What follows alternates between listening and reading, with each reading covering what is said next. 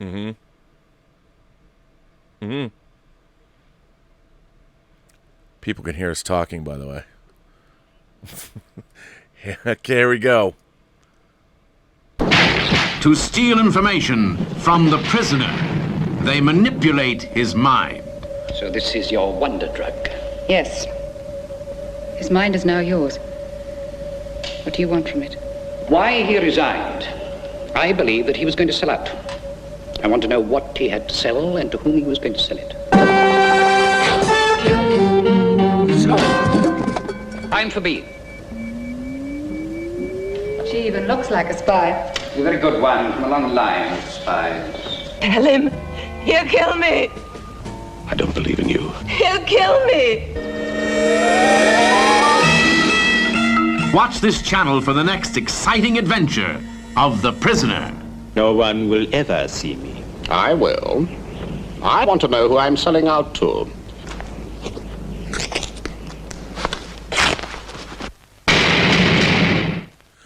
Well, welcome to another episode of 6 of 1. Six of one. 6 of 1. It is great to be with you on my channel this time. Thank you for allowing us to split the hosting duties. It's very kind of you, considering you have many more subscribers than I do. But This is a group effort, sir. It's a group effort. I appreciate it. I have to say that once again, man, going through, not that I need a reason to go through these episodes, but going through these episodes again has been an absolute joy. And this episode in particular, I think this is we were talking about this earlier, a more traditional episode. And for those who have maybe found the imagery or the surrealism a little murky, I think this is an episode that is more traditional in terms of more of a traditional science fiction, or did you say science fiction? What did you say? What did he? Spy-fi. It's spy-fi, definitely spy-fi, and science fiction. That's so stupid. Well, I don't even know why I said that. I'm embarrassed. Spy-fi, but I love this episode. It's a lot of fun, and again, a lot of really intriguing ideas are presented here. It's very different than the episodes we've seen before, although it does have another female mad scientist. Played very well brilliantly played. I think somebody called her in the live chat "hot lips," a reference to MASH. Loretta Swit's "Hot Lips," and I don't disagree with that. So no, very similar indeed. I guess getting into this, I mean, how do you feel about this episode? This one is brilliant as much as you are 1000% thrown into this one. Right. There's no touchy-feely, there's no little opening, there's no anything to get you acclimatized. There's a clap of thunder, and then the doors of a lab open, and we don't know, somebody, which turns out to be number 6, is on a gurney, whatever, stretcher, and they're bringing them in, soaking wet through in their galoshes, ready to be tested on. The gloves are off, and it's time to start doing. Oh no, sorry, wait. Starts off with number 2, doesn't it? Yeah, and I was gonna say, starts off with number. Yes, sorry, my bad. Starts off with number 2, having a little conversation with number 1. With the curvy phone, which we very rarely see in the really serious red phone, like the Washington D.C. connected to Russia phone. Yes, the super phone, hotline to heaven. Yeah, and then it's just a matter of I'll break. Don't worry, I'll break him. I know I'm not indisposable. Then clap of thunder, douche. Number 6 on a stretcher, being taken into a lab, ready for the initial experiment. We're chucked right in here. I think there's a slight comedic element to this episode as well. Right.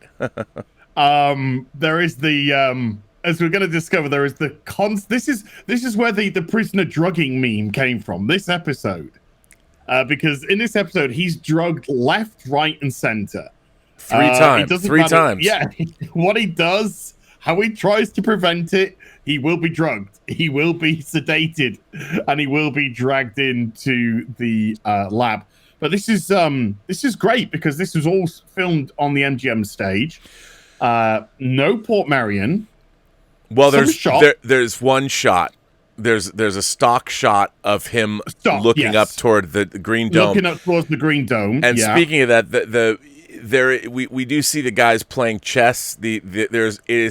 I hate to say it, not to criticize the show, but there's a couple of exterior shots that are supposed to be at Port Marion they're clearly backdrops. It's just quick, that they've got. If you look close, you can't. Well, you don't have to look that close. For me, they kind of stick out, but I understand why they did. It's only a few shots, but that's okay. Yeah. But we do see. What I love about this is, it plays into the Bondian tropes of dressing up in a tux and going to a party. Very much that Casablanca vibe where you go to the party, yet all this intrigue is happening, and you find out something a little bit more about the prisoner's life, that he hangs out at the parties thrown by, I forget her name, the woman in Paris who throws Madame Elgadine, I think it is. Madame Elgadine. Yeah, she throws parties. She's obviously a woman of society that everybody congregates to, and of course she is very flirty with the prisoner. And it's you're wondering. It tells me she's flirty with everybody. She's flirty with everyone. She's the host. She's the hostess with the mostess. And I love that character. She's great, and it was really cool to see that milieu. To see, and we even get a little location work where I don't want to jump ahead, but she was interviewed once, and the interviewer said it must have been such a thrill to have been part of The Prisoner, to have recorded and been in an episode of The Prisoner. And she was like, darling, I had no idea what was going on. Which seems to be a very stock answer for a lot of people who appeared on The Prisoner. Darren Nesbitt, who turns up as number 2 in It's Your Funeral. He's another one. I hadn't got a clue what was going on. Well, it's interesting because she's just like you said, she's just the woman about town who throws the great party. She shows up in a dress and just is fabulous. And if she, there's some court intrigue happening, but I can't imagine that she would have any knowledge other than she's just on it, because it was like a trope. That kind of a party had already become a trope of many different genres, whether it was mystery or action adventure or even wartime. So high society. Yes, high society during times of intrigue. So. But what I love about this episode, like we talked about from the very beginning, our number 2 in this episode is embattled. He's not in a really good place. His position is clearly, of all the number 2s we've met, he's a nervous Nelly. This guy knows that his time is Colin Cunningham or something. He's not in a great place. He doesn't think his job security is at all secure when this episode opens. Somebody dropped a tweet to me. I think it was today. Don't worry, Grandpappy. We'll bring that up. Don't you worry. Yeah. I've got a theory about that. I've got a good theory about that. But somebody said to me, he said, I'd be interested to hear your thoughts on this. And then the general, considering this will be a returning number 2 in the general. Yes. And how differently the character plays the number 2. And I thought to myself, not really, no. He still has that same overconfidence, but in the general, he's not after number 6. He's got a completely different job, and so it's like the pressure of dealing with number 6 is off him. Is off, right? He can't help himself. He can't help himself to get number 6 involved in it, and that's what causes his downfall in the general. So, I think this is he's under a bit of pressure now, because I think we've had some number 2s. They've played with their food, and they've done it very well. And I think this one is probably a slightly lower ranking number 2, in as much as we don't know where these people's positions fit in external society. We know that they come to be chairman of the village, number 2. But what does that mean in the Right. grand scale of things? You know, truly, are these people on parity? I don't think so. I think we see from the various Patrick Cargill's number 2, which will come later on in Hammer into Anvil. He's another number 2 like this, a very highly strung, stressed number 2. A lot of relaxed number 2s, a lot of confident number 2s, a lot of sadistical number 2s. But yeah, this one just feels as if they're like, okay, let's break him down. He's been broken down a bit. Let's enter the drugs after they've been tested, but obviously they were away from testing. They still hadn't received the animal stage, but time was, come on, chop, chop, chop, chop, chop, chop. And so I think he was feeling that sort of number 1 pressure. Absolutely, and to the point where he's willing to risk number 6's life to push this forward.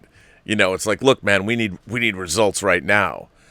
And I think it's really interesting. The title A, B, and C refers to the drugs themselves and the experiences. Yes. A, B, and C are both people, and as far as the drugs, it's twofold. Yes, and then the drugs themselves, which are labeled 1, 2, and 3 in the show, but the experiences are going to be, we need persons A, B, and C. It turns out to be experiences themselves. When I promoted this episode, I said we're going to discover who is A, B, and C. Right. So for me, it's the people. Peter Bowles, I think, is the first one, who's still kicking around today. God bless him. Absolute British legend is Peter Bowles. And then we have I think it's almost, is it a French secret agent? And then, of course, C, which we'll get to later on, which was an interest. But yeah, when he's had the thumb screws put on him, he gets taken into the experimental office. Again, number 2's office essentially redone. And he's never awake. I mean, he's not talking. There's no banter. I mean, he's already been drugged. He's already out. He has no idea what's happening to him, which I thought was an interesting way. In a way, it shows just how manipulated number 6 is. He doesn't even have a chance to resist. You see later that they drug his evening tea, and he doesn't know. And it seemed, when I was watching this again, it bothered me. I felt bad for number 6. I'm like, yeah, you guys aren't playing fair now. You're not even allowing him onto the playing field, and you realize that there is no playing field again. There's no fairness here. They'll just do what they want. No, this is their environment. No matter how many times he resists or fight back, this is their environment. This is always going to be their environment. This is their rules. This is their territory. He can try, but he inevitably fails on a number of situations. Right, but this one gets turned around. And I think one of the things too is that number 2 once again states very directly what it is that they're looking for, which is, in my mind, it's a lot more than that. But he basically says, we want to know why he resigned, and who is he going to sell out to? What did he have to sell? What did he have to sell, and who is he going to sell out to? And that's such, to me, so limiting. And it's funny. Once again, this episode reminded me. We see it every opening of The Prisoner when he's packing his suitcase as he's trying to get out of his apartment. There's a picture of a tropical island. And there's the insinuation that he's going to the tropics, to the point where number 6 went to some place where it's just a picture of palm trees and a sandy beach. And that has always seemed so basic to me. If he was going to go somewhere, really, is number 6 going to sit on a beach? And I think obviously it's just to insinuate travel. Sure. But it's to insinuate far away travel. Yes. Jamaica to Britain in the 68, 67 is the other side of the world almost. So to go to somewhere like Jamaica, the Caribbean, whichever one, I don't know what the states call it. I think it was to signify I'm going to a very far away place Away from Britain, away from all this business. But I mentioned that because later in this episode, something comes into play that's different than that, and I thought that was I just liked that, you know. And we also get to see how the opening credit sequence, it actually is incorporated into the canonical happenstance or happenings of the episode. All of that, all of the opening of every episode of The Prisoner is actually something that they filmed, you know. So and we see that played out, you know, in his mind's eye or whatever, and I like that as well. A difference to this opening, though. Did you spot the difference? No, what I don't know. He's the only number 2 that says, I am number 2. He doesn't say, I am the new number 2. Oh, right. He doesn't say that's new. Right. He says, I am number 2. That's right. Do you think that's because he just forgot the line and they went with that? Yes, absolutely. I don't think there's anything else than that. I just think he forgot, and somewhere along the line, nobody told him to redo the line. Right. But it's that one. But I created a theory in my head about all of this. I created a theory. My theory was, we've seen these other number 2s essentially pretty much whip number 6. You know, he's had a bit of a whipping up till now. He's had defeat after defeat after defeat, and I thought that because this number 2 definitely shows irritability, he shows arrogance, overconfidence, and recklessness. So I just had this little theory in my brain. The reason why he was so highly strung is one of the things that he might have done was say to number 1, I know how to crack this guy. Sure. Give me a go. Give me a go at number 6. I know how to crack this guy. I've seen the others. I know what's going to break him. And that's what's putting the pressure on, because he's got these drugs, but it's not happening as quickly as he wants it to happen. But you've got a number 1 going, well, you said you could do it, you know. So I played that into my head. I put that into my brain when I sort of tackle this episode, because it makes the general work as well, because he doesn't have to deal with that. He's just literally distributing an educational process for the village. So that's what that's my little backstory of this number 2. Then we get straight into the party. My take on this number 2 is I see that he's less imaginative, more like he just thinks that, I've got these new psychotropic drugs and they're going to work. That he's not very creative. He just expects everybody else to do the work. There's no setups. There's not a lot of other people involved except number 14, our doctor, he's just like, well, I'm just going to believe your drugs work, and he's just, I don't think he's I don't admire him as a number 2. I think he's sort of a corporate toady. Well, I think this guy, I think there's something quite about, I like this number 2 because I think he's a visionary as well. This is a person who is interested in cutting edge technology. Okay. He's interested in technology which can revolutionize various aspects. So with this episode, we have a drug which can convert your dream to picture. Later, it's then discussed putting entering sound into the dream as well. These are obviously high points in technology. Sure. In the general, it's another big technological episode. We have the way that speed learning. You know, we have this speed learn about the Byzantium Empire in 2 minutes type of business. So I think this is somebody who's at the forefront of cutting edge tech. No, you're absolutely right about that. You know, I wasn't thinking along those lines, but you've convinced me. No, you're absolutely right about that. And he also puts a lot of trust in that technology because he just expects it to work. You know, it's frustrating when the technology doesn't work right away, so he's used to tech working. You know, look how confident he is in the general. Yes. You know, because he believes in the tech. He believes in what it's doing. Same here. There are circumstances which twist that in the episode. But there again, if they didn't, we might not have number 6, to be honest with you, because I also little twists and turns in this one. Yeah, he also number 14, our mad scientist doctor. She's actually much more compassionate. It's almost like she's been brought in to do this work, but she wants to make sure that her patients aren't hurt. Number 6's well-being is of paramount importance to her. She's like, no, you can't just. He has to rest for 24 hours. We can't just do this to him. And it's whereas the previous female doctors that we've seen, or the doctor that we saw, didn't really care. She was much more of a. She was. I wish she had returned because she was great. Yeah, she was much more of a Nazi Ilsa She-Wolf of the SS kind of a horror. But this woman is clearly compassionate, and she's more of a real doctor. It's that compassion which trips her up. Yes, it is. Yes, it is. But when number 6 actually meets her later on, she's very quick to remove herself from the situation.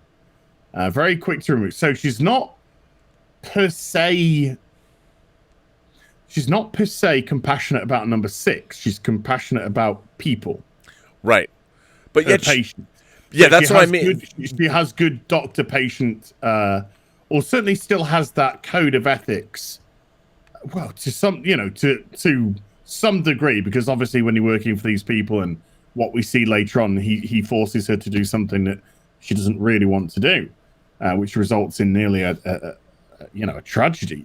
But it's nice. I like it when they add these elements in.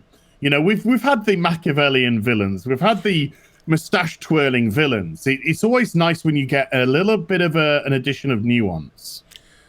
Yeah, I mean, she's just doing her job. I don't think she necessarily has any particular attraction in number 6. She was brought in to do the job, and she's doing the job she was brought in for. I don't even think she necessarily knows everything. She's like, okay, you want this information? I get it. We can extract this information through this technology. She doesn't necessarily... And also, she's new to the village, and we find that out. I mean, she's replacing it. There was a previous number 14 that wasn't her, and I don't think an old woman in a wheelchair, and I don't think she quite, she's not really the casual nature of when we see her out in the wild, so to speak. She's not trying to hide or anything. I don't think she quite gets. She's not really down with the program. She's come in to do this job, and that's what she's going to do. But I don't think she's necessarily part of the inner sanctum or really gets everything that's happening. She's just a doctor to administer this technology to this patient.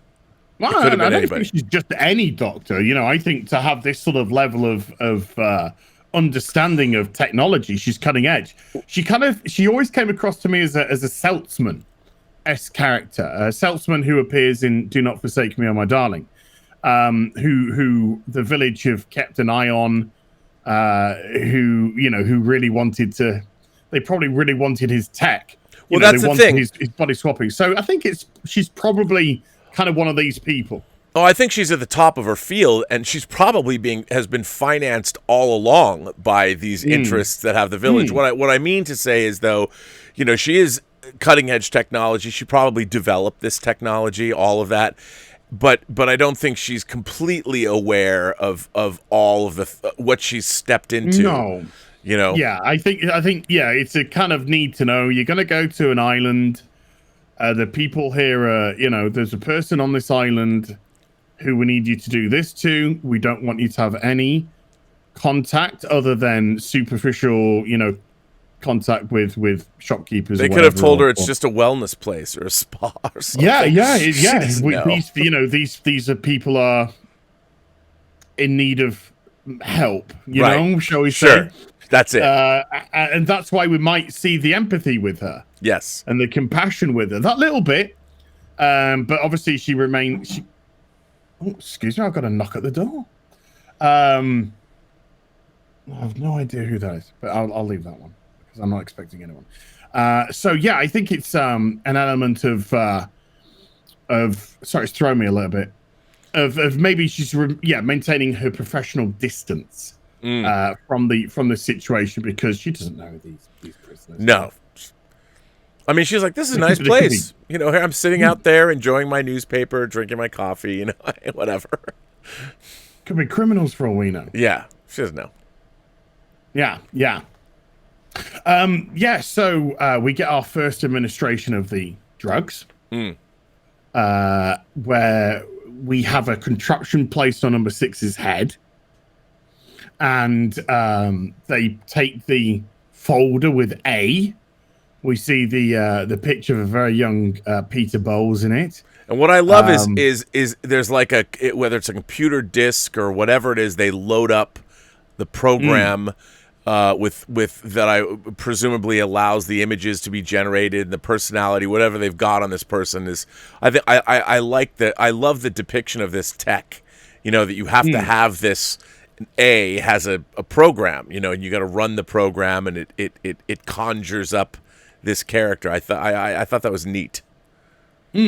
Yeah, you can imagine there was, although it was very small. Again, I think it was kind of showing the high level of technology that they had.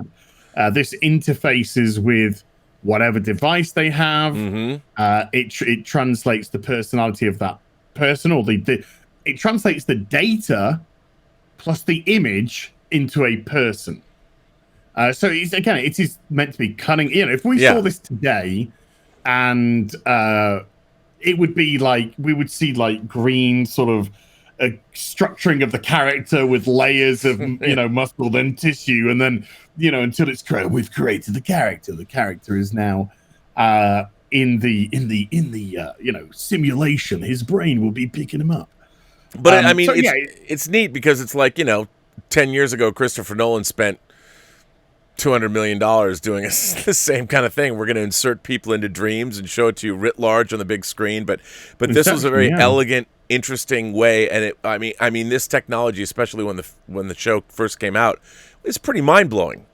That not only can you this is future. This is future. Very forward thinking. Yes, absolutely. And if you look at current days, 50 odd. Well, nearly 53 odd years later, you can start to see like the first little baby steps of this with virtual reality. Yeah, where we're placing ourselves into video games. We've already seen years gone past face mapping, putting yourself into video games. We've already seen facial technology used with CCTV cameras and stuff like that. So aspects of this have already started to filter into society. Yeah. And how far away are we from placing ourselves into a situation? Well, we're there. We're just on a basic level at the moment, and technology is advancing that in 10 years' time, who knows? There could be virtual and virtual Robert, sitting down in a virtual room together discussing The Prisoner. 10 years ago, we did a series on The Prisoner. I hope we don't age that quickly in 10 years. Yeah. My voice is like this in 10 years. I'll be awfully gutted. But it's, I mean, what I love about this is the juxtaposition, his dream, the dream simulation, dropping him into this Parisian high-end party. He's wearing a tux. I mean, I love how it dissolves in, where you first just see him in the tux, and then the background dissolves in. And I mean, it's great because we really haven't seen him other than outside in the village. We haven't seen him in any other sort of milieu other than his house. Yes. And you're at this great party, and it's such a great juxtaposition of where we've been to where we've gone. And it's really neat to see him walk through the party with a drink in his hand and with his tux on, and he just looks like this commanding presence, and he's smiling. He's not beaming, but you're seeing a whole different demeanor of our character. He's no longer a sourpuss and angry. He's enjoying himself, and it was nice to see. And McGoohan plays it differently. He's like buoyant and kind of up and in his element. He's like the Cheshire Cat. He's enjoying himself finally. Yeah, he has good flirtatious banter with Lady Elgadine, and then when he comes across his number A, they have witty there's banter between them as well. It's one-upsmanship, and it's all cagey, but it's very, it's very sort of witty. There's a sharp wit to it. There is, but you do learn something. You do learn that they were once compatriots, compadres. They were friends. They were on the same side, and now A turned at some point. A went somewhere else, and number 6 stayed who he was.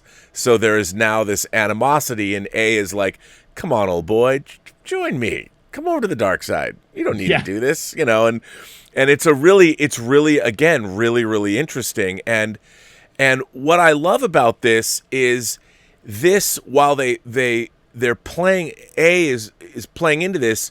I felt that while the representation of A came from their tapes or whatever, it's number 6's interpretation, or we're getting what really happened between them. It's not the village telling McGoohan that this A character is bad. I mean, what we're getting is number 6's reflection onto his friends. So the information that they're insinuating, that they were once friends and then he defected, I think that's actually true.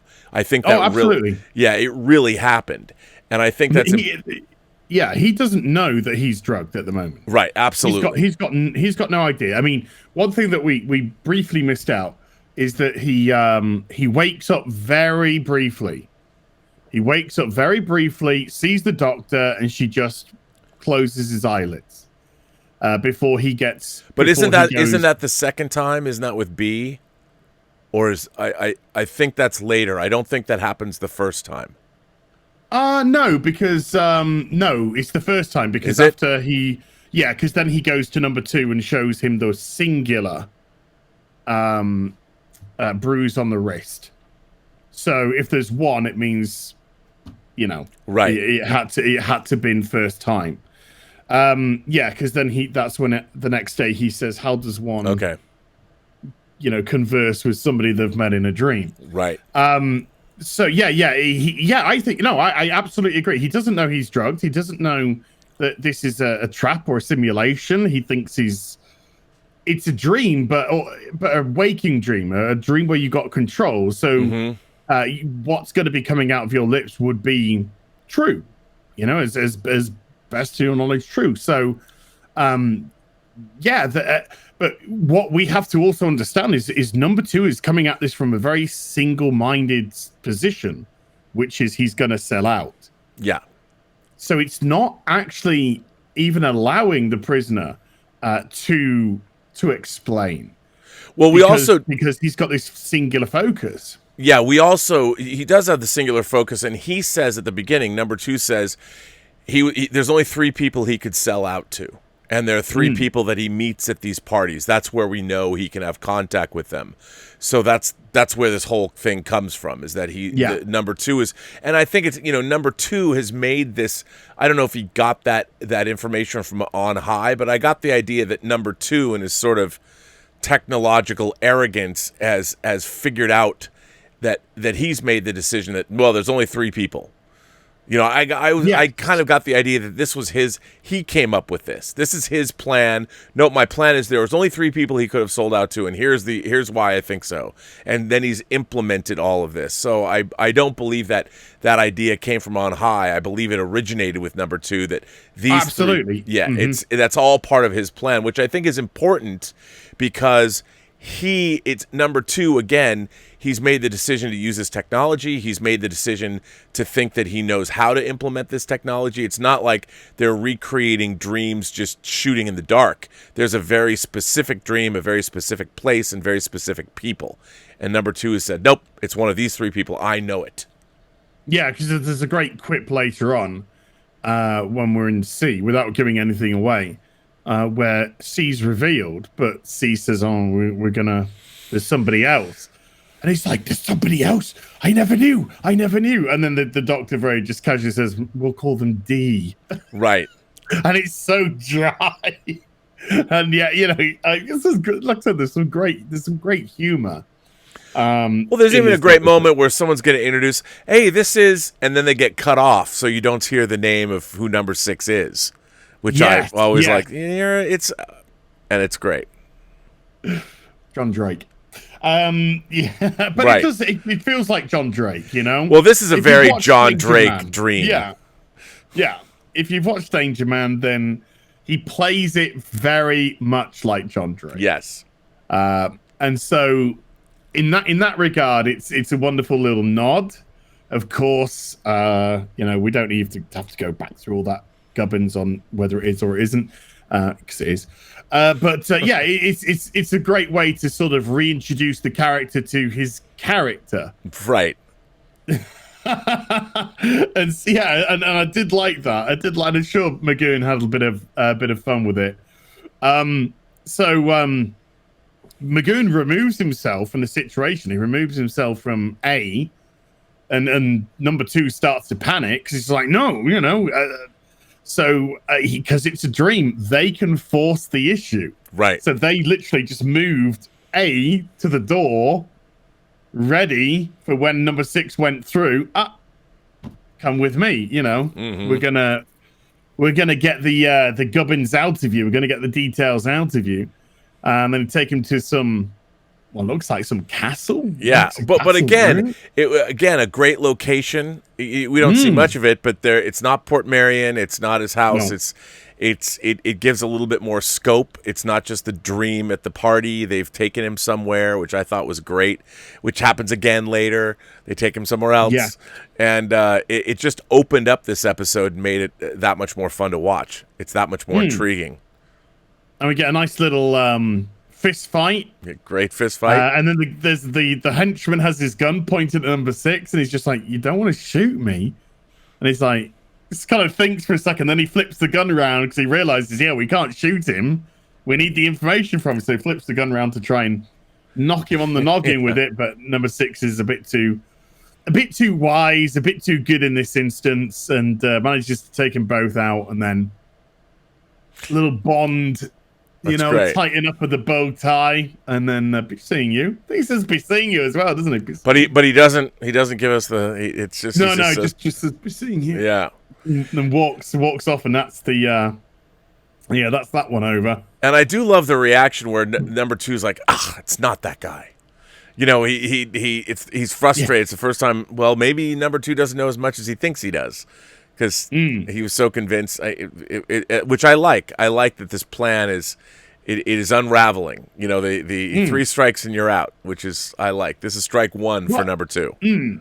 Well, he's like, put the next one in. Right. She's like, I can't. And he's like, why? It's like he needs to recover, because although number 6 is very relaxed in his environment in the dream, the drugs are having a terrible effect on the body. Right. And he's like profusely sweating.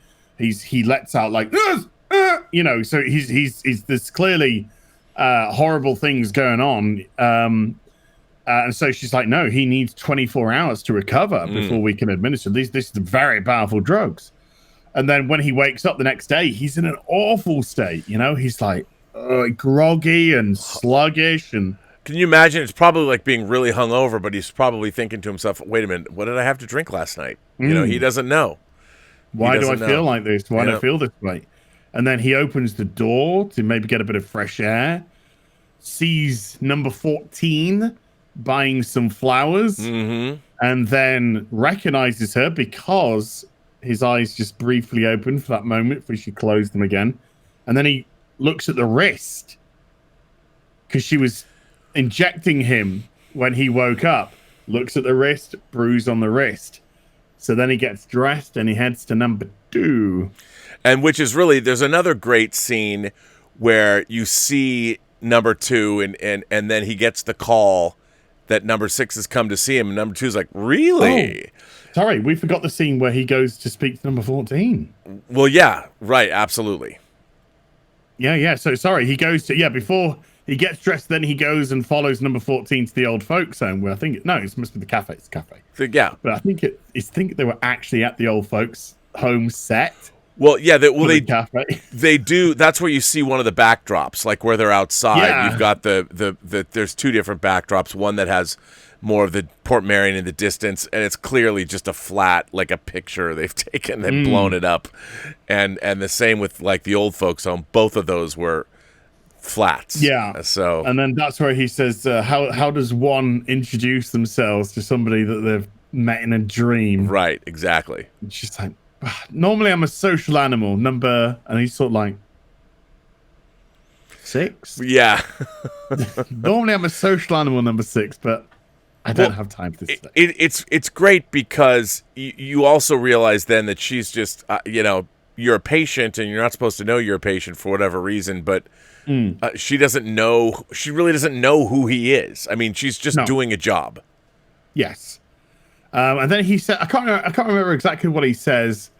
And then she says something along the lines of, sometimes we make mistakes, sometimes we have to, or something along those sort of lines, which is the line which is going to come back and trip her up later on in the episode. And then she removes herself from the situation. So I think she had a sort of moment of weakness there because she realized, this is my patient. When he arrived, he was unconscious. She's never had to converse. She's never had to discuss. She's never had to ask for consent. There's, and she does come across, like I said, she does display empathy. She does display some compassion. So you'd think for a doctor like that, she does feel as if she's maybe betraying her oath because of these aspects. So, but also he's charming. He's kind of like, hey, because he believes that she's in on it utterly, and that he's playing the game with her. And in doing that, he seems, I'm sure from her perspective, from the female perspective, he's charming and roguish and mysterious. Yeah. And so he's definitely laying on the charm. And I think she's kind of responding to, I find him very handsome. And now I have to remember that, wait a minute, he's my patient. I'm working here. I must go. This is inappropriate. Yeah. This is inappropriate. There's no aggression. He's been aggressive with some women before. But this is the first time he's sort of just kind of played the character in the dream. Yes. He's playing the game. This is the episode where last week he played the game and he lost. This week he's playing the game more cautiously. And he's trying to get as much information as he can before he starts to make some moves. So he goes to number 2. Or does he follow her first to the lab? Does he follow to the lab and then go? No, he does. I don't think he does because that's when this. That's the second one. That's the second one. Yeah, you get the stock shot of Portmeirion when there's the great shot where it's a low angle shot looking up at the green dome, and it's just a stock shot. But I love that when he goes to talk to number 2, like I was going to say that number 2's like, oh, really? Like that number 2's he's being visited by number 6. Like, wow, he's actually come to see me. And I love that. And they always in this episode, when you see number 2, they're always going from number 2 panning over to the looming red phone that looks like kind of like a giant fish hook in a way. Yeah, like that, it's always and the focal point in the shot, isn't it? Yeah, and whenever you see it, it's either good or bad or worse. It's this ever-present. It's the ever-present phone line to up on high, the sort of Damocles that's hanging over his head. Well, I just had a thought actually, because doesn't the phone ring 3 times at the beginning? Yeah, it does. After the exchange with number 2, and then at the end. At the end, yes. So A, B, and C. Mm-hmm. There you go. And nothing is wasted in this show. Nothing is just done for the sake of being done. No. So number 6 comes in and it's just like, number 6 did. Well, we haven't seen much of each other, have we? Since I've been here. I've got other stuff to do and all that sort of stuff. Let's get acquainted. I think it's all a bit of bother if somebody can't just jack in their job, what's the world coming to? So, it's very blasé about everything. And then he says, "Oh, would you care for a drink?" "No." "Oh, well, can you pour me some milk?" It's good for the mood. It's good for the indigestion, whatever he says. Somebody in the chat said I always saw him drinking milk because it's nursing a secret ulcer, and I was like, I could see that. That's very highly strung. And I love when he gives number 2 the glass. He makes sure to expose his wrist and show the puncture mark. So, like, dude, I know. Number 6 is like, I know what you're doing. Come on. Like, yeah. And he just takes the milk. Yeah, but then he does know he's doing something because he takes the milk just thank you. And then that's when number 6 says, somebody who doesn't have anything to hide would ask me where I got this. Right. Where did you get it? In my sleep. Oh, you must have been restless. Yeah, you must have been restless. Sure. It's a great little exchange. And then he comes out with a zinger, number 6. He's just like, yes, I think I should see, perhaps you should see a doctor. He says, yes, I have a favorite one, number 14. And then walks off, and number 2 is just like, Argh! Yeah, it's great. Does he know? How does he know? You know? So it's just an absolute zinger by number 6 there. Showing some cards, but he's trying to get the reaction. He's seeing what reaction he can get for number 2, and he's gets exactly the reaction that he wants. Well, like you said about this episode, number 6 is playing the game, but he's not on the mat. You know, he's out there swinging, and he's getting some blows, some body blows in here. He's really getting some. So he's connecting, and it's great to see. Like, and he's just relying on himself, and he's playing a little offense no one here. Else. Yeah. He's playing the game, but he's playing it solo, and he's because he trusts himself. He knows himself. And he's already hit number 14 with a headshot, and then he's already just stuck a couple of kidney shots into number 2. Absolutely. So they're both sort of reeling as to exactly what he knows about things. And I think from then it immediately just goes to him getting ready for bed. Yeah, and yes, and of course, the doctored Coco again. Yeah, you see the kindly one of the old maids, you know, the older maids, and it's another thing. It struck me when I was watching it this time, the fact that this kindly old woman, maybe she knows or maybe she doesn't know, but I get the idea that no, she knows. She knows. She's sending him drugged, and she's all like very matter of fact, but she's drugging him on purpose, you know, and in a way, I was thinking, well, wouldn't number 6, wouldn't he look at something suspicious, like if she's coming in? And I always wondered, like, does he know this is coming, so he drinks it and then he immediately passes out because he knows? Because he knew that. No, I don't think he knows he's coming. But he knew that something happened to him when he was sleeping before. But I guess he just doesn't believe that this kindly old maid would be drugging him. Because otherwise, why would he drink it? Why would he drink it? He knows that it happened when his. Yeah. No, he doesn't. He doesn't know. This is just it. Time. You don't know about time in a village. There's no calendars. You don't. You have a concept of day and night, but you don't have a concept of date. Sure. And so he has no idea if he was unconscious for a week. No. Well, that's interesting. Okay. They've never. Yeah, they don't say anything. I mean, I guess that's a really interesting way. Like he doesn't know how long he was actually out for. I mean, I'm thinking we know he was out for a night, but he might have been out for days and days. That's interesting. Yeah. I never thought about that, but you're right. So the Coco, I can understand him drinking. Because he might even be thinking, if they want to get me, they can just get me. You're right. Because they could just gas him like they gassed him when they took him to the village in the first place.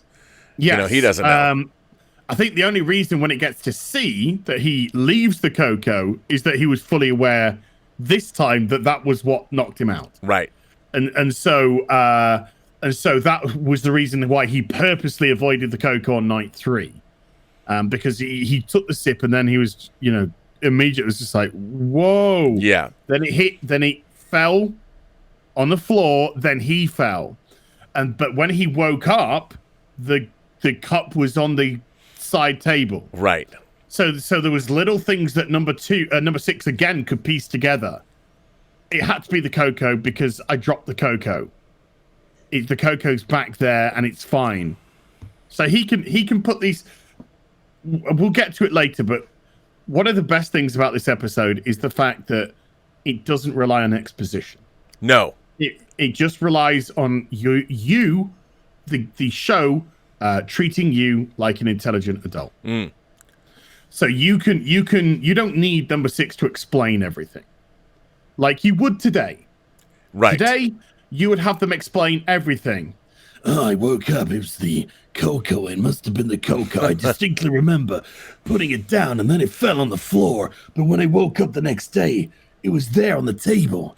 Oh my God, this is terrible. That is today's. They treat us like absolute fucking retards. But back then, it was just like you're intelligent adults. You can work this thing out. And so yeah, he gets knocked down. They take him in. He's back on the table, back in the contraption. Number 2 is introduced, and then of course he's resisting because he is aware of this. So his body is subconsciously resisting the drug now, although it's taken its toll because his body is still profusely sweating and is kind of spasming a little bit, and so number B, I should say, doesn't appear in the dream. So they're kind of getting a little bit nervous. It's just like, well, he's resisting. And what's great is they also introduce like a server girl, a smoking hot server girl that they're kind of watching. And at first, like, they're looking in the dream, like number 2 is like, ooh, is this girl somebody? And she's like, I have a note. And she passes it to our hostess. And our hostess is like, well, it's not for me. It's for you, and I love that. I thought that was great, which is an interesting way to get into this dream. I mean, it almost, to me, I'm thinking to myself, maybe this somehow, there's some kind of resistance. It was interesting and unique that it didn't immediately jump into where they wanted it to jump into, and number 2 didn't at first know, like, who is this girl? She's not part of the plan, and the fact that she had to bring this note, in a way, sort of it signified to me that the dream is not exactly the way number 2 wanted it. So there's more going on, and maybe that was the beginning of what we could was not. But there again, when he deals with B, the way that she behaves, and he does say when he first meets her again, you are the most intriguing spy I've ever met.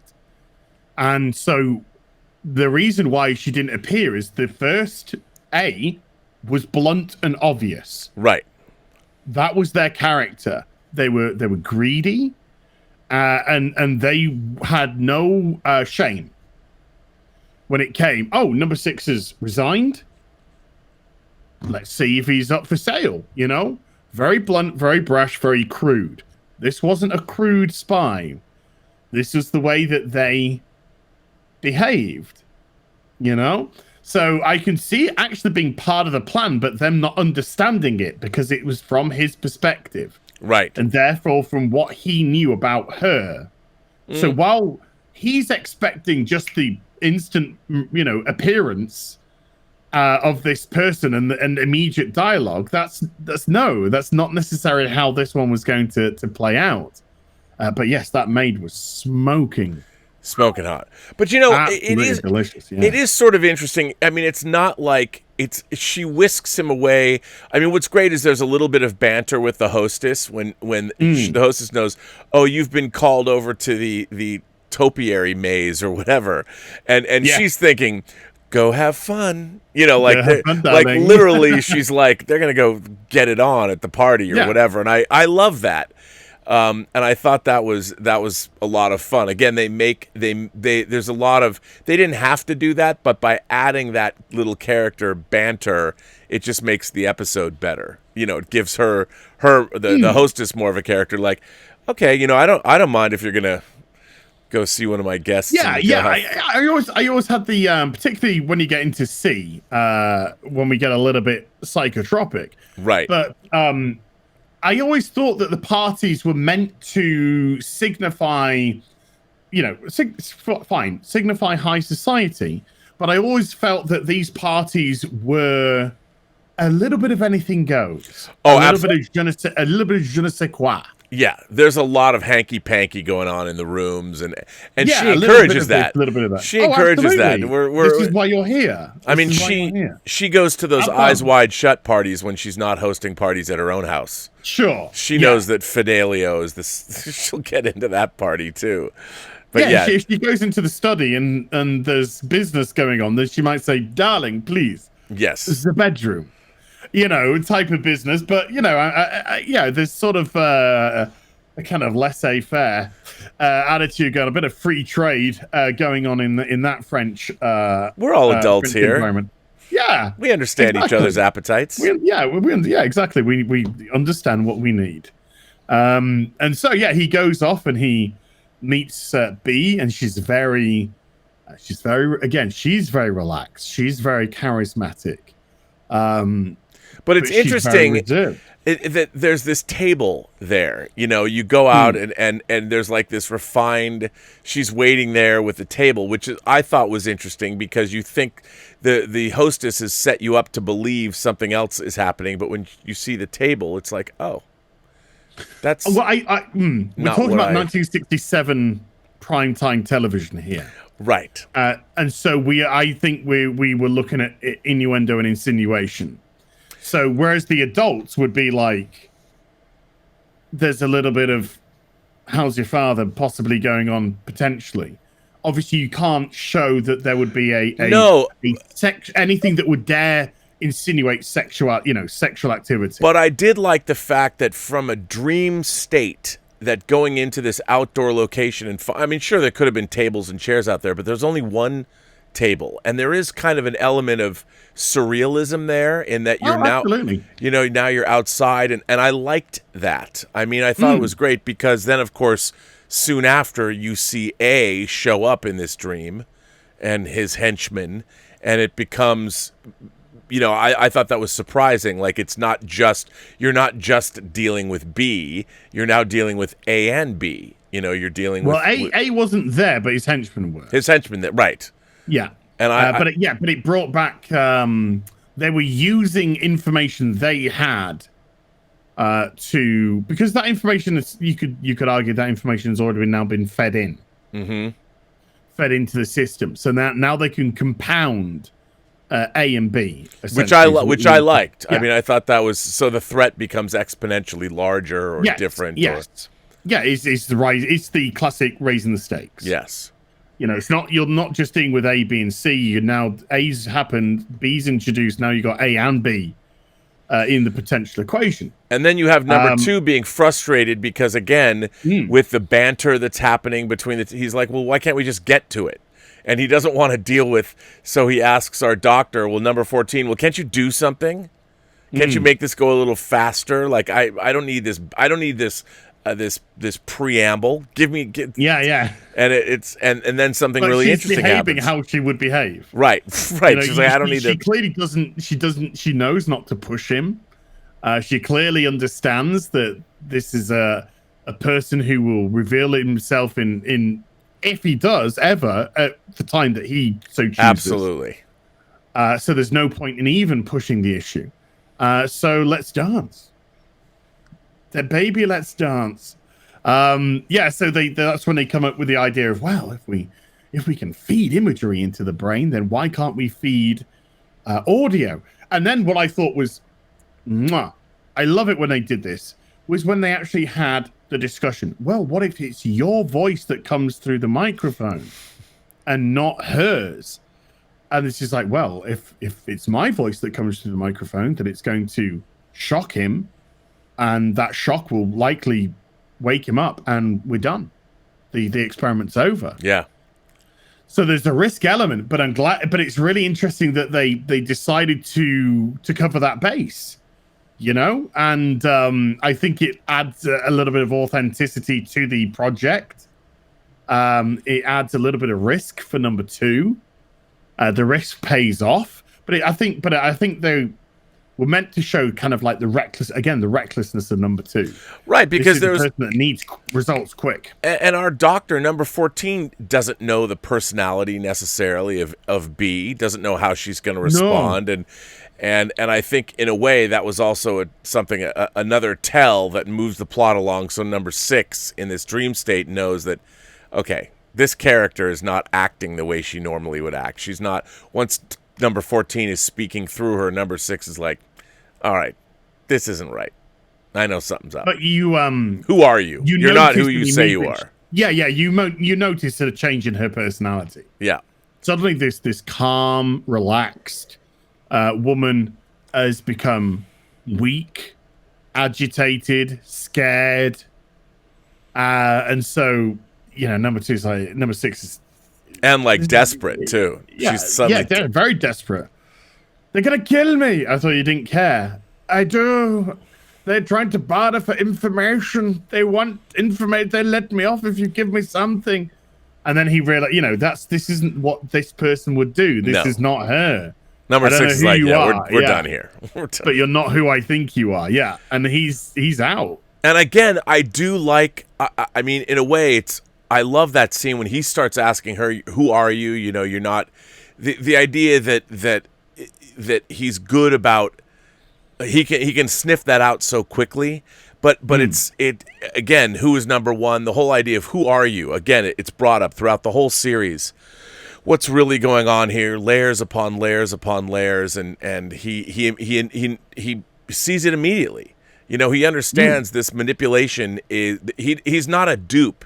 He's ahead of this game. He's not like and I really like that. Like, it doesn't take very long. He immediately spots her as being a fraud as soon as number 14 is talking through this character's, putting words in her mouth. Number 6 is like, you can't fool me. What the hell? You're doing it. You're doing it now. The spell is broken in a way. When did your husband die? 4 years ago. 4 years ago. What's the name? When is the birthday of your son? I got a husband. I got no son. What's the name of your son? What's the name of your son? Then that's an easier one. Please help me.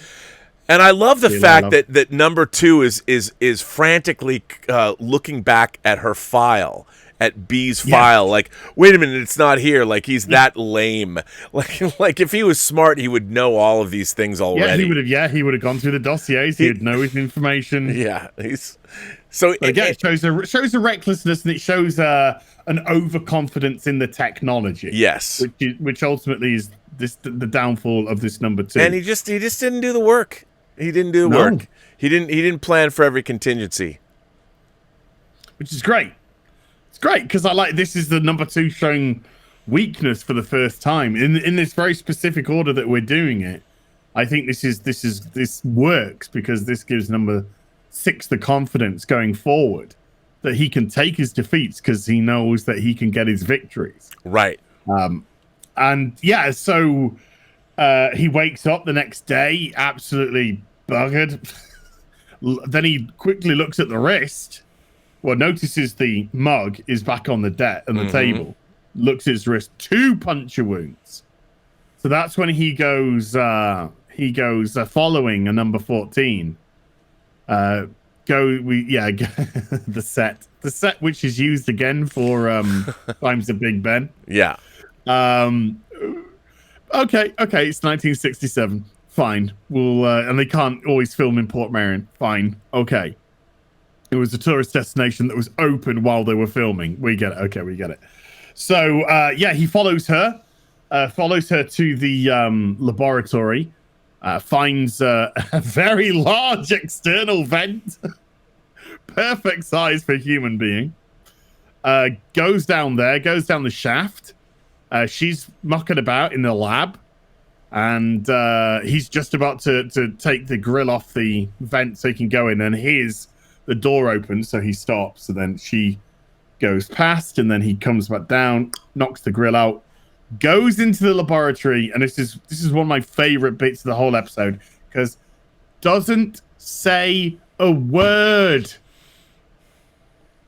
It was show, don't tell, and I love show, don't tell. He was piecing everything together, and he was conveying it through acting, darling, acting. Again, if it was done today. Oh my God. There are 3 devices here, an A, B, and C. These drugs must correspond to the nights that have been... It would have been laid out as, because you're all stupid, thick monkeys. Thank you. It allowed you, again, just to go along. You could see he was picking things up. He was putting them into the places. His eyes were moving.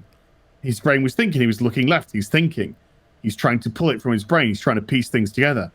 So they're taking the dossiers. The dossiers are reacting. They represent the people that I've seen in my dream. Mm-hmm. These must go into here. That feeds it into and he's picking up the wires as well. So that feeds into the knee bone's connected to the ankle bone, and the ankle bone's connected to the shin bone. That's the only thing that I can say about Fallout with some degree of confidence. And then he goes to the drugs, realizes there's one left, works out that this is what they're injecting him with, then they're feeding him through. So he gets a tissue. He empties about half of it out, gets a carafe of water, fills it up. So we've now got a diluted drug for the third one, where he's thinking, I'm going to have more control. Yeah. I've diluted this. I could probably have more control over the situation. Lesser, I know that I'm going to eventually get into here. When I see this imagery, because he puts on the monitor and he sees the party, so he knows what the dream is. It's the party. That's the dream. So he's worked it all out. He's worked it all out without saying a single word. No, and it's done very well. It's very economical, and And again, this is number 6. He's got a win here. He's now able to anticipate. He's now able. We know that this is the beginning of I think a major victory for him. Full on attack now. He's in full attack mode. He knows what's going on. He knows exactly what they're doing. He knows exactly where they are. He knows exactly what they're up to. And he is now on the offensive opposed to being on the defensive. And this is great. So he goes back home. He rejects the hot chocolate, pours the hot chocolate into the sink, gets the water. I really enjoyed that bit because he looks at the water to see if there's anything impure, any impurities in. And then, of course, the water's crystal clear. Drinks the water. Perfect. It doesn't matter. I know. It doesn't matter. Everything is drugged, mate. Everything's going to get you. The water gets him. Down he goes. And then he's brought in for C.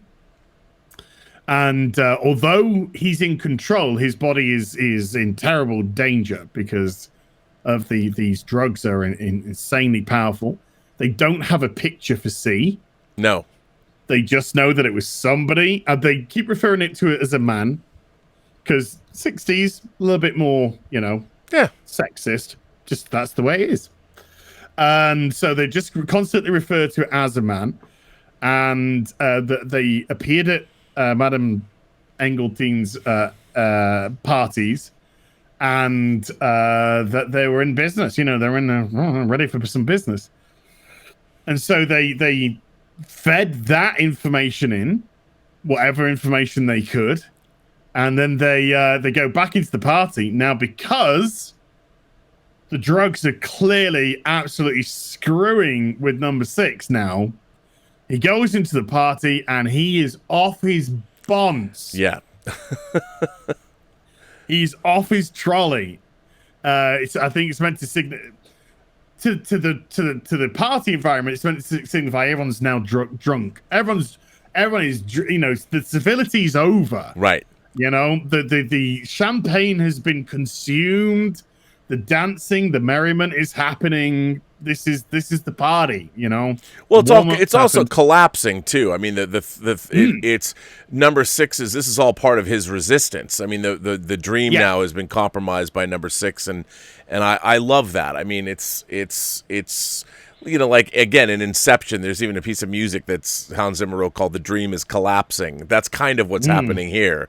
You know, he's the music's great. The It's music great. in this is great. Yeah, it's great. The score is great.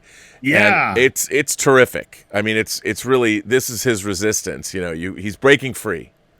But even then, he has moments that he's confused about, because he's sort of there. He's like, it's free me. This is free party, you Right. know. And he's like, no, I've got to focus. And I love it that he looks to the mirror, and the mirror's at a slant. It's great. And when he grabs the mirror, he's trying to straighten the mirror. When he's trying to straighten the mirror, the room is moving in conjunction with him. And I just like, God, this is beautiful stuff. It's great. This is just signifying everything that's going on in the brain and his mind. But we have the cameo of what is going to be Mrs. Butterworth from Many Happy Returns. Yep. And this is where I think some people might question, well, you know, she's in here, but how she's his vision? How can she be in the what's-my-jiggy? Well, my idea is, of course, that this has also been made up of information from them. Of course. So there is, I think, perfectly logical assumption that some information pertaining to the another number two, has filtered its way into this dream, and therefore we have what I think is a beautiful Easter egg for another episode. Yeah, absolutely. I totally agree. You know, but also there is the insinuation too that all of these characters, you know, whether whoever they're working for, they all do kind of work around one another. Like, they know of each other. They know. So by adding this, like, maybe this was a character John Drake once came into contact with somewhere else or something. Or just she was at a party. There's no reason to think that these number twos aren't doing what number six does. Right, exactly. In reality.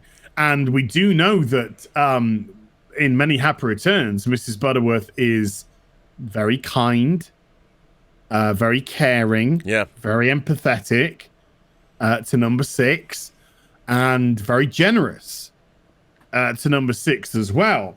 And so the personality of Mrs. Butterworth and the personality of the unnamed woman in this party are actually relatively similar. Yes. Because she plays a kind-hearted, interested, intrigued woman in number six. Number six tends to have a penchant for the older women, because McGoohan's 38, 39 when he's recording this. So he's actually pretty young. Right. And, I think it's Georgina Cookson, who's Mrs. Butterworth. She must have been mid-50s. Yeah, but she could rock his world. Come on. Oh, I probably wouldn't have said no. I probably wouldn't have said no. She has knowledge you can benefit from. I mean, there's a twinkle in that eye. Let's just be honest. Yeah. And it's very apparent. But I think it's her, because the actress, because her performance in Many Happy Returns is the same. She oozes charisma. Yeah, absolutely. Oozes charisma and personality. And one thing which I think we failed to really cover too much is the fact that the chemistry of the cast is insane. Yeah, no, this all of them. I mean, the banter, it really is like the Casablanca. All of the dialogue is terrific. All of the things that are unsaid as well as said. It's great writing. It's great scripting, great acting. And it really is. That's one of the things I find delightful about this episode. It is what I like to call delicious. This is a delicious episode. I love using that word. Yeah. It just comes out on special occasions. Yeah. Mm-hmm. But it is. I think I might have said it today. Actually, I think I said it earlier. I think it's delicious. But yeah, it's like number 5 in Umbrella Academy. I mean, to me, that person carries the show, because it doesn't matter who's on the screen with him. Chemistry. He's 16. Yeah. You could call him science, because that guy can have chemistry with anyone, you know? And it's the same with this series, though. Every number 2, every side character, Number 6, you put them with anybody. Chemistry. Well, you know, and it's so important at a party to have that. It's a testament. One of the things I think I've always loved about British television as opposed to American television is all of the actors are classically trained. You know, they're going to they're part of the Royal Shakespeare Company, but then they get called upon to be in movies and television. So the training and the knowledge of the playwrights and literature and things like that, I think, you know, you meet people, and this isn't to put down American actors, but especially actors that are working in television. I mean, it's people like, yeah, man, I always wanted to be an actor, and they'll take a few acting courses. But with British TV, and you've seen it because you look at all the TV shows, you've still got the same great, like I love I, Claudius. The BBC's I, Claudius from the 70s. Yeah. That's like a who's who of British actors. I mean, you got Ian Holm, you've got Sean Phillips, you got Brian Blessed, you got Derek Jacobi, you've got all of these incredible actors. And, you know, when they were doing those shows, they was like, oh yeah, I got this gig. You know, they all know each other. And so when you're seeing British television, you're seeing it's a small group of actors in England that they had available to them. And what do these people do when they're not doing TV? They're doing back theater. On the board. That's Straight right. back on the boards. That's right. That's their love. The theater that's their love. Yeah. I mean, even the way they enunciate, even the way they speak. Enunciate. It's just again, it's delicious to watch. Yeah. But yeah, I just don't think it gets enough credit because I think it's our fifth. This is our fifth episode to review so far. And there's not a character out of place. Right. Not a single character out of place.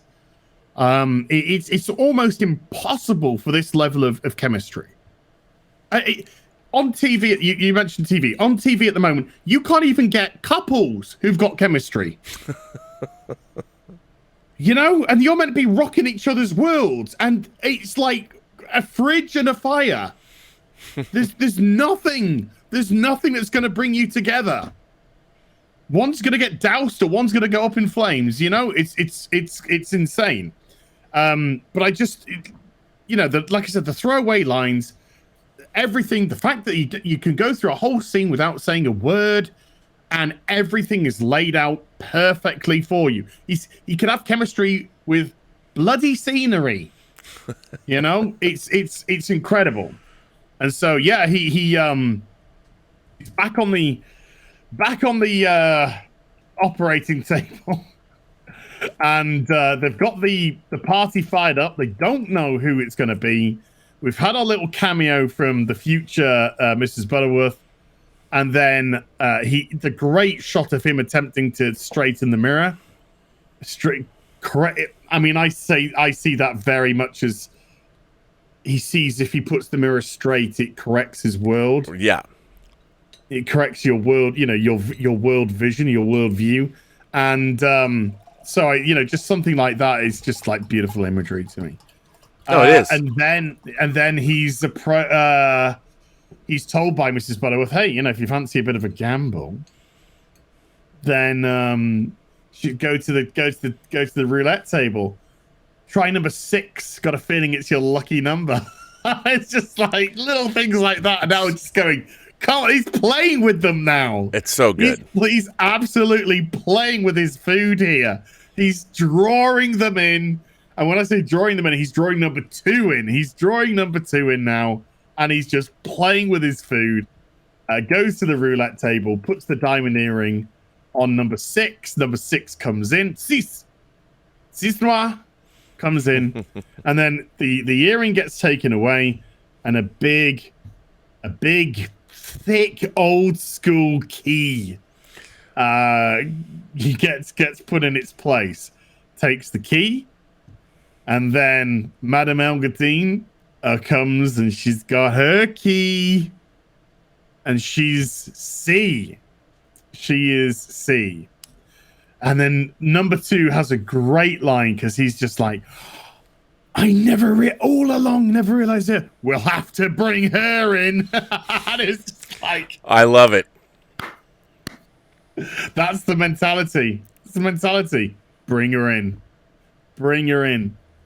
And so they have this conversation about, this is a one-way trip, darling. If you want to go back, you can turn around now, go back to your life. But there's somebody else. Even I answered to someone else, and that's when he's like, someone else. I never knew there was someone else. I mean, again, you see by this time, number 2 is really losing any semblance of control of this situation. He's out of his depth. He doesn't know what's happening. He thinks he's getting everything he wants now. and I think that it's very funny to see all of this. That he thinks there's going to be this revelation that number 6 is just where he wants him. Yes, I'm not like I'm gonna get it. Number 2 is everything's coming out now. All the secrets are being revealed. We're gonna get. Never mind C. We've got D now. Yeah, we have D. That's what he says. We have D. And here it comes, everybody. Oh, I'm gonna get it. He's Grand Moff Tarkin. Evacuate in our moment of triumph. Yeah. I think you overestimate their chances. Yeah. Yeah, and he's like, no, let's go ahead. So they go through the door, and then the next thing we know, they're in a car. And there's they're on the Champs-Elysees, I think, by the looks of it. I think there's the Arc de Triomphe in the background, and they're driving down the Champs-Elysees.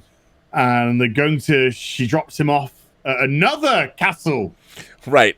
Castles everywhere this episode. There's also, there's a great, one of the things I really liked about this episode is he goes to the door, he opens up the door. And what's really interesting, it's when the camera's on him facing his face, you see out in the background, it's still like daytime.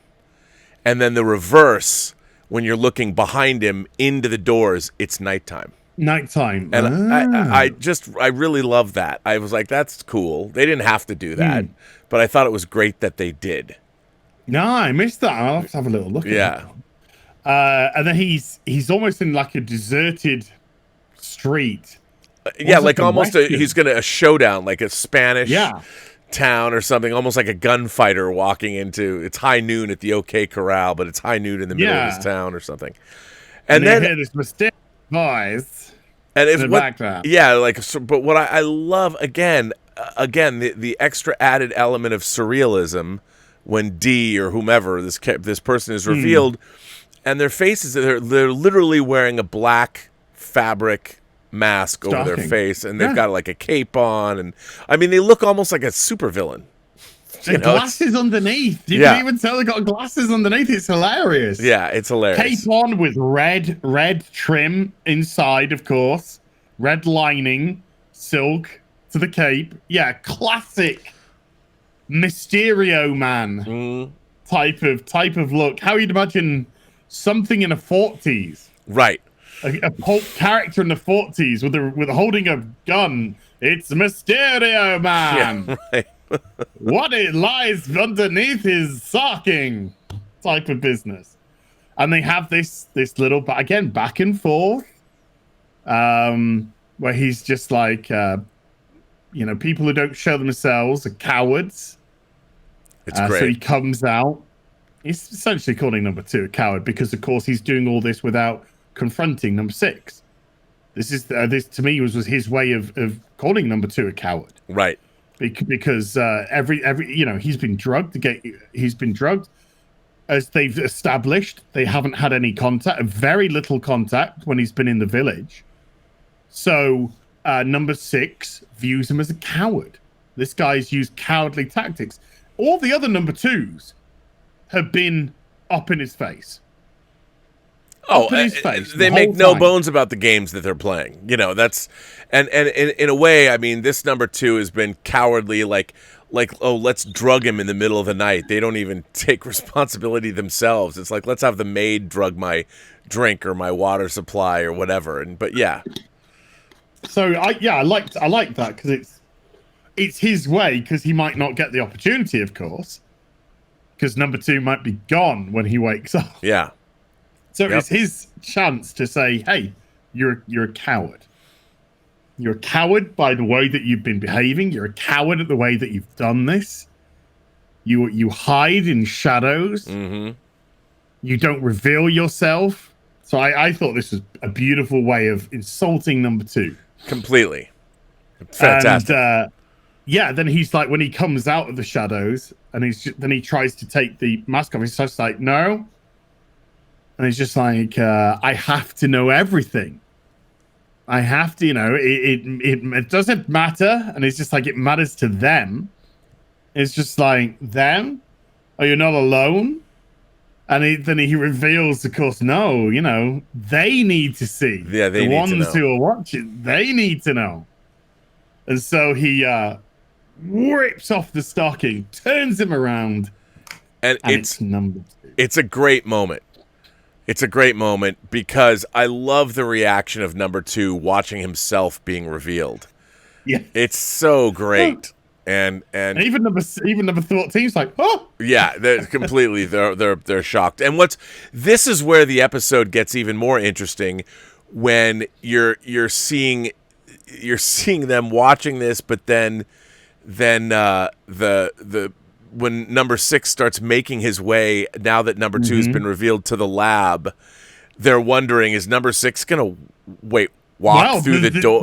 This is the best thing of the episode for me. It's so good. Because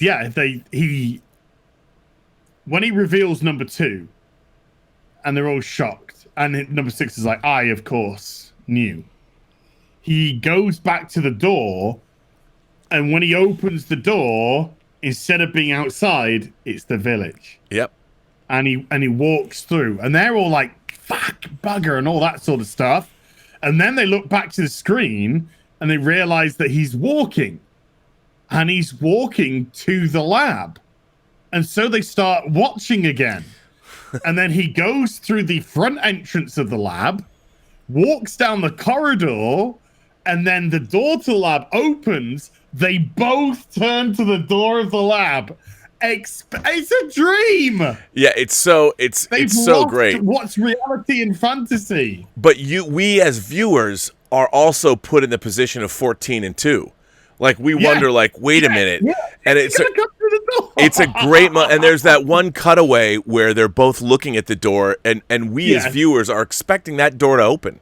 You're expecting that door to open. And it's such a great way to do it, and it's a real mindfuck of a thing to have happen.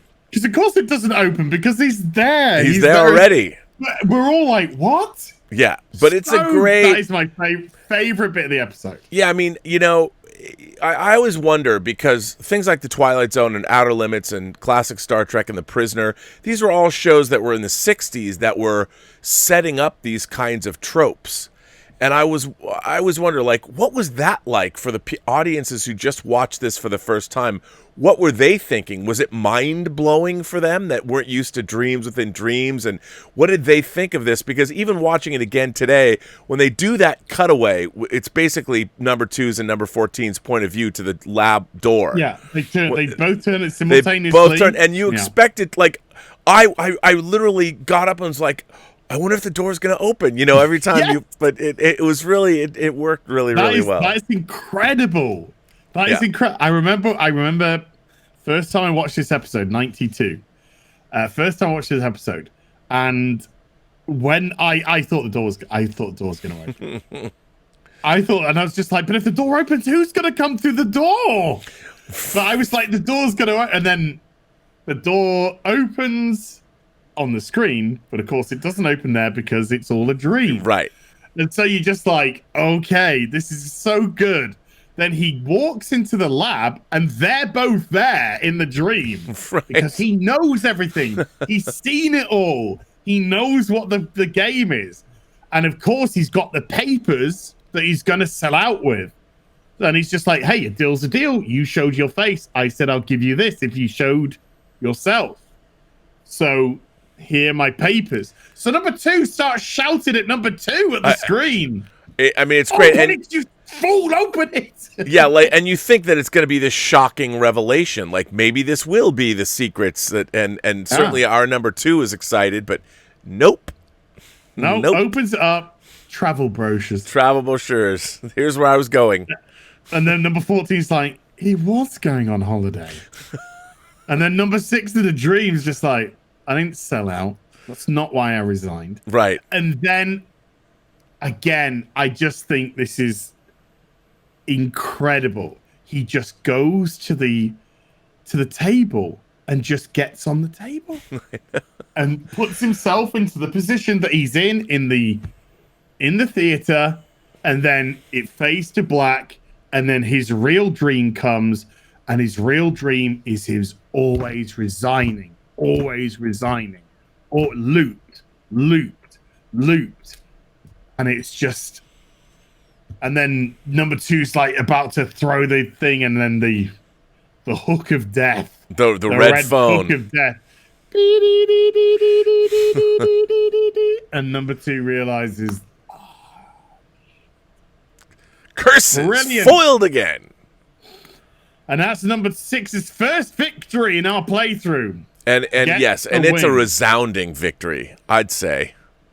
Oh, absolutely KO'd number 2. Yeah. KO'd number 2.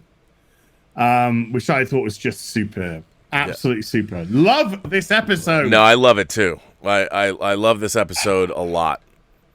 It's fantastic.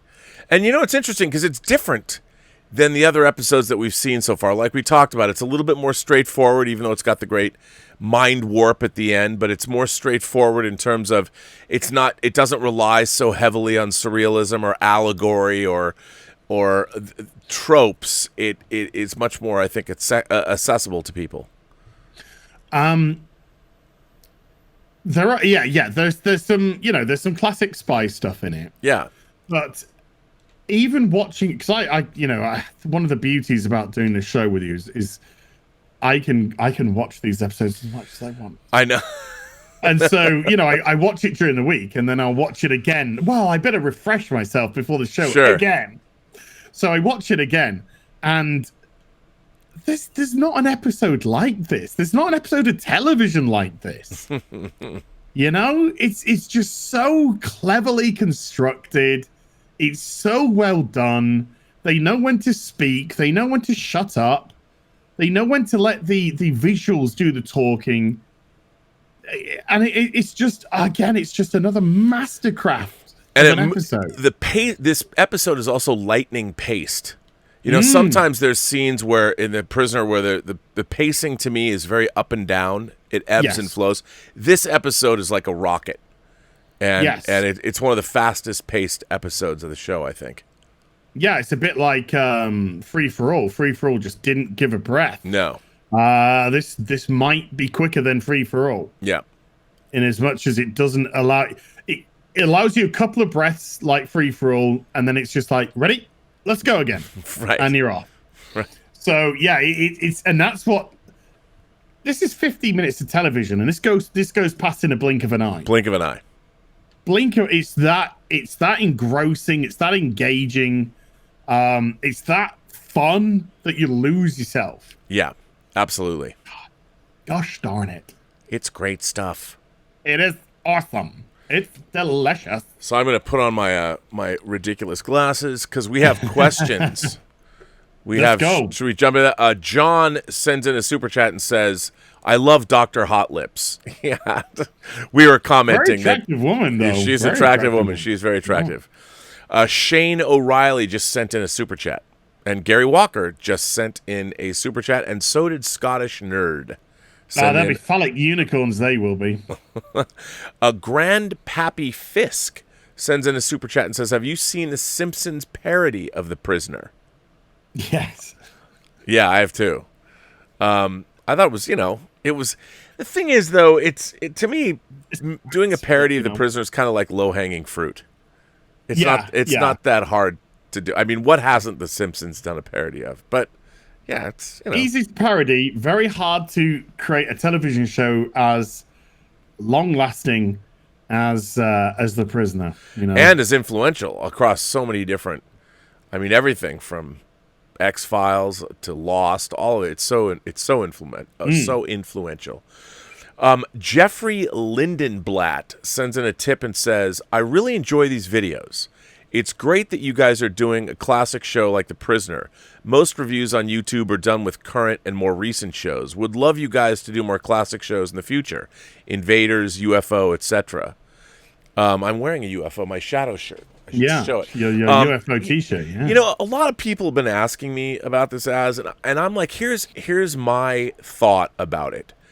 I think that the thing about doing modern shows is that everybody's sort of seen them and have their own ideas, but no one's done this. And I think it's more interesting to get together and discuss things that people can discover as opposed to, because when you watch someone's reaction video to something that you like and they like it, it's just sort of confirmation. It's not fun. I like the fact that ultimately the goal of this show, what you and I are doing, is to make people interested in The Prisoner itself, so then they can go back, and at least that's why I think we're doing it, and they can watch it themselves and puzzle over it and ponder it and learn that maybe things that are 53 years old are worth watching.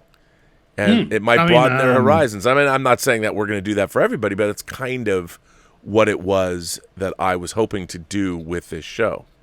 Yeah, I mean, there's a lot of confirmation bias when it comes to, trailers. We've got Batman trailer, we've got Zack Snyder's. Pretty much everyone's going to say the same thing. I think what was so intriguing about The Prisoner is it's something that you and I both love, right? And love not just in an LOVE way. Love. I mean, it's part of us. It's part of our heart. It's part of our makeup. This show has affected us on such a level, a spiritual level, a mental level, that to connect with somebody like-minded, that not that we can go, isn't this great? Because it's great that you can do a 2-hour show discussing a singular episode and probably go on we could go on for more. Well, like it's. Oh, go ahead. Sorry, I didn't mean to interrupt. I was just gonna say it's the way that we can you go in, we break it down, but we throw ideas at each other. It's not like everyone with The Prisoner. It's a very difficult show for everyone to have a singular idea about. We all have our theories about why they do things because of the ambiguous nature of the show. And so when you can say, well, this is kind of like the picture. This is where I think number 2 is coming from. Oh, well, this is why, this is why I think they've done such and such. I think it enhances it's the kind of show that opens itself up for discussion. It opens itself up for discourse, and it opens itself up to hear opinions that you may not have thought of, may not have, thought was possible. And to be accepting, it's a very accepting show, as opposed to, and don't get me wrong, I adore my Batman and all that kind of stuff, but you kind of talk like, well, the Joker was great, and I like the scene where he punched the people in the face, and that's all great and everything, but this is something that we can get a little bit more metatextual with, and really kind of get into minutiae of the kind of like the themes, the societal themes of the show. And that's what I like about this, talking about this program, is because it does deal with politics, and it does deal with individuality, and it does deal with what is the state of humanity, and where are we supposed to go, and what is our responsibility to one another, and that's what's baked into this. And that's why I think, like you pointed out just a little bit ago, that this has been baked into our DNA. Like, I saw this show when I was young, and I think I was probably 12, and when I saw it, I had heard about it. I mean, I'd read about it, but when I sat down and watched it, it was very different than I thought it was going to be. Like when you hear there's this science fiction show called The Prisoner, and then there's a lot of, obviously, like, this is a pretty sci-fi episode with looking into people's dreams and interacting with their dreams and all that. But it's also an episode, once again, about if somebody's gaslighting you and you uncover the fact that they're doing that, and how delicious it could be to turn the tables on them, and sort of get one over on them. And I like all of that. I like all of those things. And I think, we live in a world now where I feel that we are in our subconscious, because whether we have targeted ads, or I think it's so strange when you order something online, suddenly your Facebook feed is full of ads for that same product that you've already ordered. And we know that we live in a situation where everything is manipulated, and our points of view are dictated to us, and all of these things, and yet this film or this show is all about not allowing that to happen. And especially in this day and age, when you have all of this tribal politics and everybody's telling you, I mean, we now live in a world where you read the book White Fragility, and this book basically says to like anybody who's white, you're a born racist. And then you have a lot of people just adapting that attitude.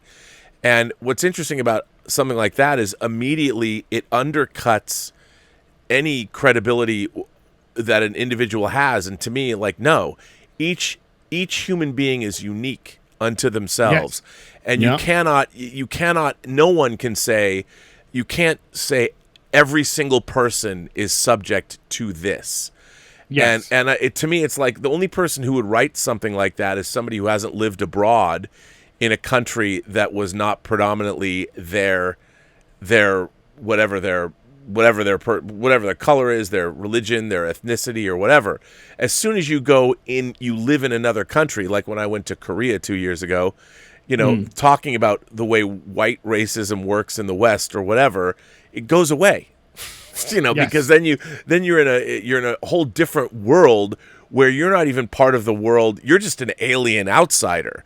The racism that happens, say, within Asian communities has nothing to do with anybody who's white from the West or whatever. It's usually they're just. But this is a running theme with The Prisoner, and this is what the village is trying to do, which is the dehumanization of people.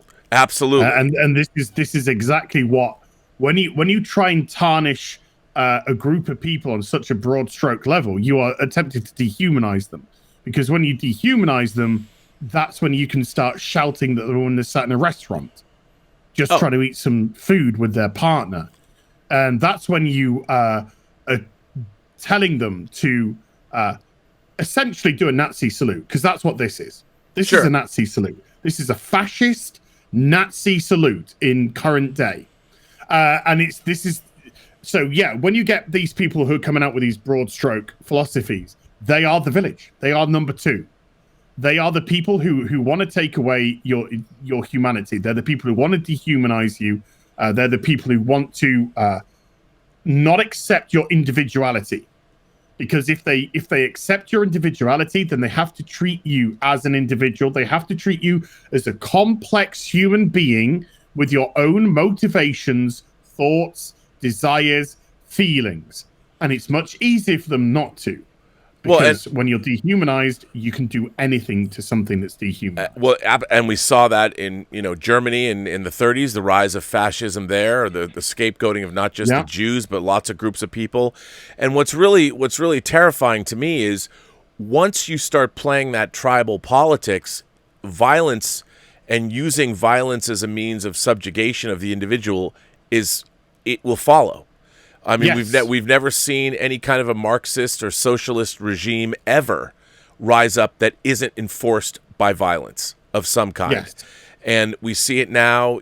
I hear more and more people talk about, well, I'm a socialist, I'm a Marxist. I'm like, I don't think that means what you think it means. I don't think you know what you're talking about. You haven't got to the point where you need to enforce that on a group of people. And the only way you're going to enforce your will is ultimately it leads to violence. It always has, it always will, because I think the natural state of human beings is to retain part of their individuality. I was watching somebody online. Absolutely. I was watching somebody online saying that, and it was somebody on the Joe Rogan show. I want to watch the whole thing because I didn't recognize him, but he said that when you're with your family, you're a communist, but when you're around your friends, you're a socialist.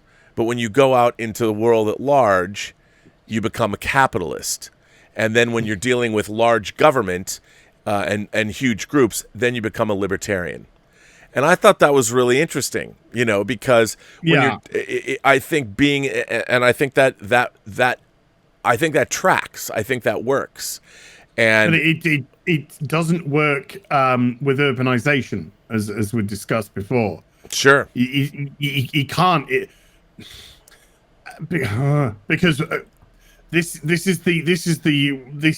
is humankind. We've congregated in such vast cities that we're now going against our actual human nature. We're going against our how we truly are able to exist properly in society. We've gone too big.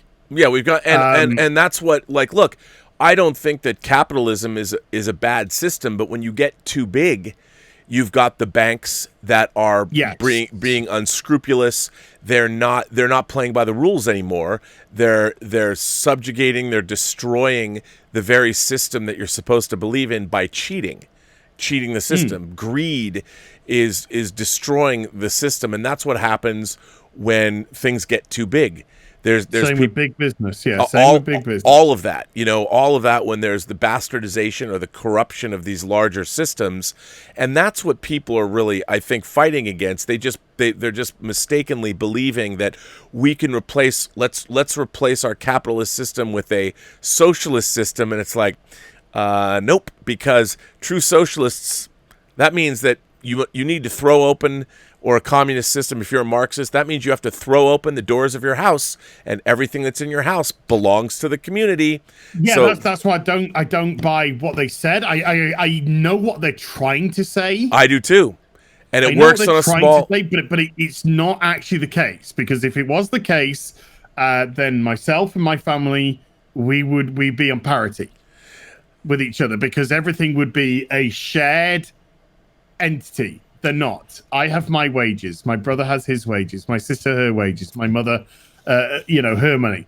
So it doesn't actually operate in that way. But what's interesting, if you choose within the family structure, like your family could choose to pool your wages and be communistic, if you wanted to. Now. Because who's doing that? No one's doing that. No, but I'm saying if you wanted to, that's why that author said, the guy that was speaking on Joe Rogan said, within your family, because you can share everything. But when you move outside of your family unit, because your family is protecting itself, so you can share everything. But when you move out with your friends, your wages are not your friends' wages. So you're never gonna like act equal around your friends. So you have your stuff, your friends have your stuff, but you could pay into a system. So there's streets and services and things are paid. But then when you get out into the larger world and you're dealing with people that you don't know, people that aren't. You tend to find with your friends, though, that it's normally the friend who has the largest wage that will probably do the most for most people. Otherwise, you can't play the games. Oh, sure. No, but what I look, absolutely correct. But in terms of a societal structure, is you move away from people that are in your circle. Like when you move out into the world at large, I don't want to have anything to do with people that I don't know. No, I mean, like I said, I get the theory. It doesn't. I don't think in practice it works. That's because socialism practice doesn't work. No, that's what I mean. That's what I'm saying. It doesn't work at all. And the village is looking for this conformity, but the natural state of human beings is to have hopes and dreams and achieve things that you as an individual want to achieve. And it's conformity through my brain went dead. Oh. Through SOU.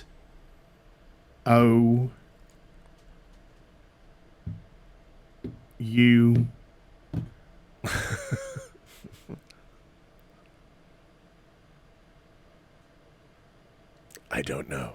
I'm on pause. As.exe has crashed. This is the second time that's happened on the show, Through, come on, people, begins with S. Through, not segregation. What's the word I'm trying to say? Through subjugation. Okay. It's conformity through subjugation. Yes. Yeah, and you can't, I mean, we talk about this a lot, but the crux of this, it would be very easy for number 6 to be like, here's why I resigned, and here's what, he could just say it and walk away. Like, would that cost him that much? Like as the individual, would it cost him that much to do that? But the point of the show is that if he were to do that, he would lose his individuality. You know, and everybody says, just join the group. Just be a part of the group. Just go along with the group. What's so hard about that, number 6? Don't think, just consume. Just do that. And why would anybody? My problem is this with our culture is that most people just aren't that interesting. I mean, I love people. I love people, but you're that would assume that everybody that you meet is in a way the same as you. I mean, we still need, everybody should have equal opportunity to pursue whatever it is that they want to pursue. I believe in that. But the outcome, everybody has different abilities. Everybody has different levels. And weakness is the whole job lot. Yeah, and you can't expect that everybody's going to have the same outcome because people put in different things and people are different. And the idea that ultimately these systems, whether it's a Marxist system or a socialist system, I don't believe that the entirety of a civilization should work that way, because people need to have the ability to individually achieve based on their desires, based on their abilities, based on whatever they want to put into it. And Western society gives you the best opportunity of that. Absolutely. That's what the West is all about. The West is all about developing the individual and giving you the opportunity to make of it life what you want. And there is a Star Wars website opening in a couple of days' time, run by women, for women who think they have to ask permission to be in a fandom. I read that, and I was like, "Wow, this is Victimhood, the website." But I will tell you one thing. But isn't this officially sanctioned? Isn't this like a Lucasfilm website? I'm not sure if it's officially sanctioned, but I tell you what, if it is officially sanctioned, somebody is profiting off these people. Sure, they will profit off them. They will either have to sign a subscription. They will have merch. They will have something. Somebody is monetizing victims, and that's capitalism. that is capitalism. It is, and willingly give it away. But I think that if you want to play the victim card, prepare to be exploited. But what's great about this particular episode is these people have penetrated number 6's dreams. I mean, without him knowing, the most intimate part of you. The most, and by the way, this isn't here yet, but it's coming. The one thing that we have as people are data mining. You know, you're carrying around your cell phone with you, all of the data that you're giving everybody. We're giving people so much data in so many different ways all the time. Mm-hmm. But the one thing they have not been able to extract from every human being is what's going on in their heads. I mean, you can extrapolate that based on what your behavior is. But what your deepest thoughts are, we are still able to retain that part of our individuality, our dreamscape. But that's going to go away at some point. I don't know if it's going to go away. Who was that? Dennis Quaid? Yeah, Dreamscape was in that film. Also, and they're Vim Vendors Until the End of the World. They make a machine where you can record your dreams and watch them and play them back, and people become addicted to watching their own dreams. My dreams are boring. Yeah, well, nothing interesting ever happens in my dreams, trust me. Well, when you can start recording them, I bet they're more interesting than you might think. Well, it depends if you can have control over them. Well, that's coming. Or if you can pull memories. Well, what's going to happen? Would be the crazy thing. What's going to happen when people can get into your dreams and they can manipulate the dreams to make your subconscious do what they want you to do? And then that would be the first thing that big business would attempt to do. Absolutely. And then you've lost your individuality. Once your dreams are no longer your own. I mean, already our dreams are polluted by the world that we live in. What do we dream about? Stuff that happens to us in daily life. And I think that at the end of the day, I mean, this show, there's a lot of people that, I mean, collectivism, I think, is fine to a certain extent. Like, hey, if you want to have a community, we need roads. we need stoplights, we need rubbish pickup, and all of those things. Yeah. We do need police and fire. We need running water. These are things that we all have to pay into, because where are they going to come from otherwise? Whether you're taxed by the government or however that works, it's got to come from somewhere, and that's what you're paying your taxes for. And when that redistribution of wealth is socialism, but we all still maintain our individuality. You can own your own property still, but you still have to pay in and I think that's fair. You need infrastructure to work. I like hot and cold running water. I like showers, and somebody's got. I mean, how do you get that built? How is there hot and cold running water unless everybody's agreed to pay some of their salary in to build those systems and keep them up? But I still get to be an individual within my own life. And we accept the logical rules of existence. Absolutely. So that's what we do. But when I hear this collectivism talk about, yes, we need to let the workers control the means of production. And I'm like, well, then are the workers going to pay for the means of production to be built first? And then you're an owner, and then you're a capitalist. So yes. How do you do that? And then it's so funny because I listen to that a lot, and you can't.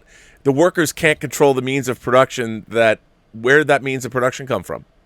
Who capitalized that means of production in the first place? These are people who need.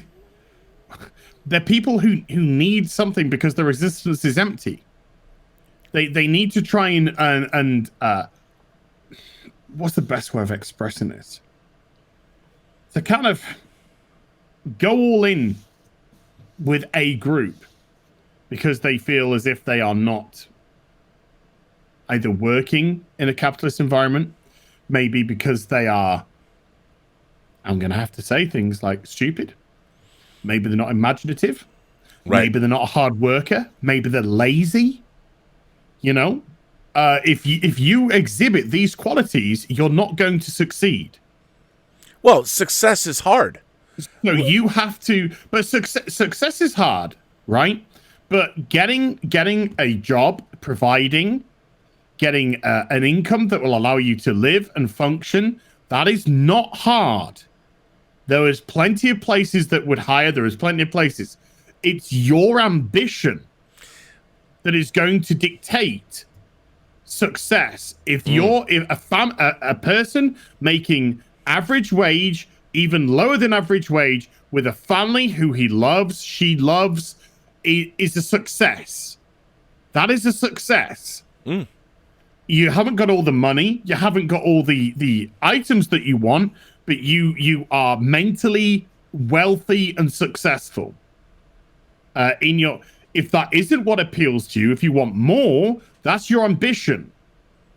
So if you gotta drive for that. If you don't try, if you're not interested, if you're lazy, then you're on the streets of Portland right now, burning stuff down because you can't build, you can't create. All you can do is destroy. All you can do is get into mob mentality, because that is where you feel you fit in, because you are an outcast of this current society for whatever reason. And normally, and there are exceptions, but normally that is of your own choosing, your own decision-making processes along the way. So but let me they have the right to make these decisions. In a prisoner, they don't. Exactly. It's stripped from them. So I was going to ask you, why do you think the prisoner continues to resist? What they want from him isn't that much. Why not just give it to him? It's everything. If you lose yourself, you have lost everything.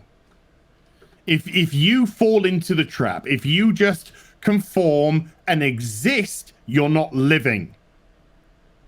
And everyone can exist. There are people existing every day. Probably millions upon millions of people existing every day. But you need that individuality if you want to live. Because that individuality is what's going to drive you.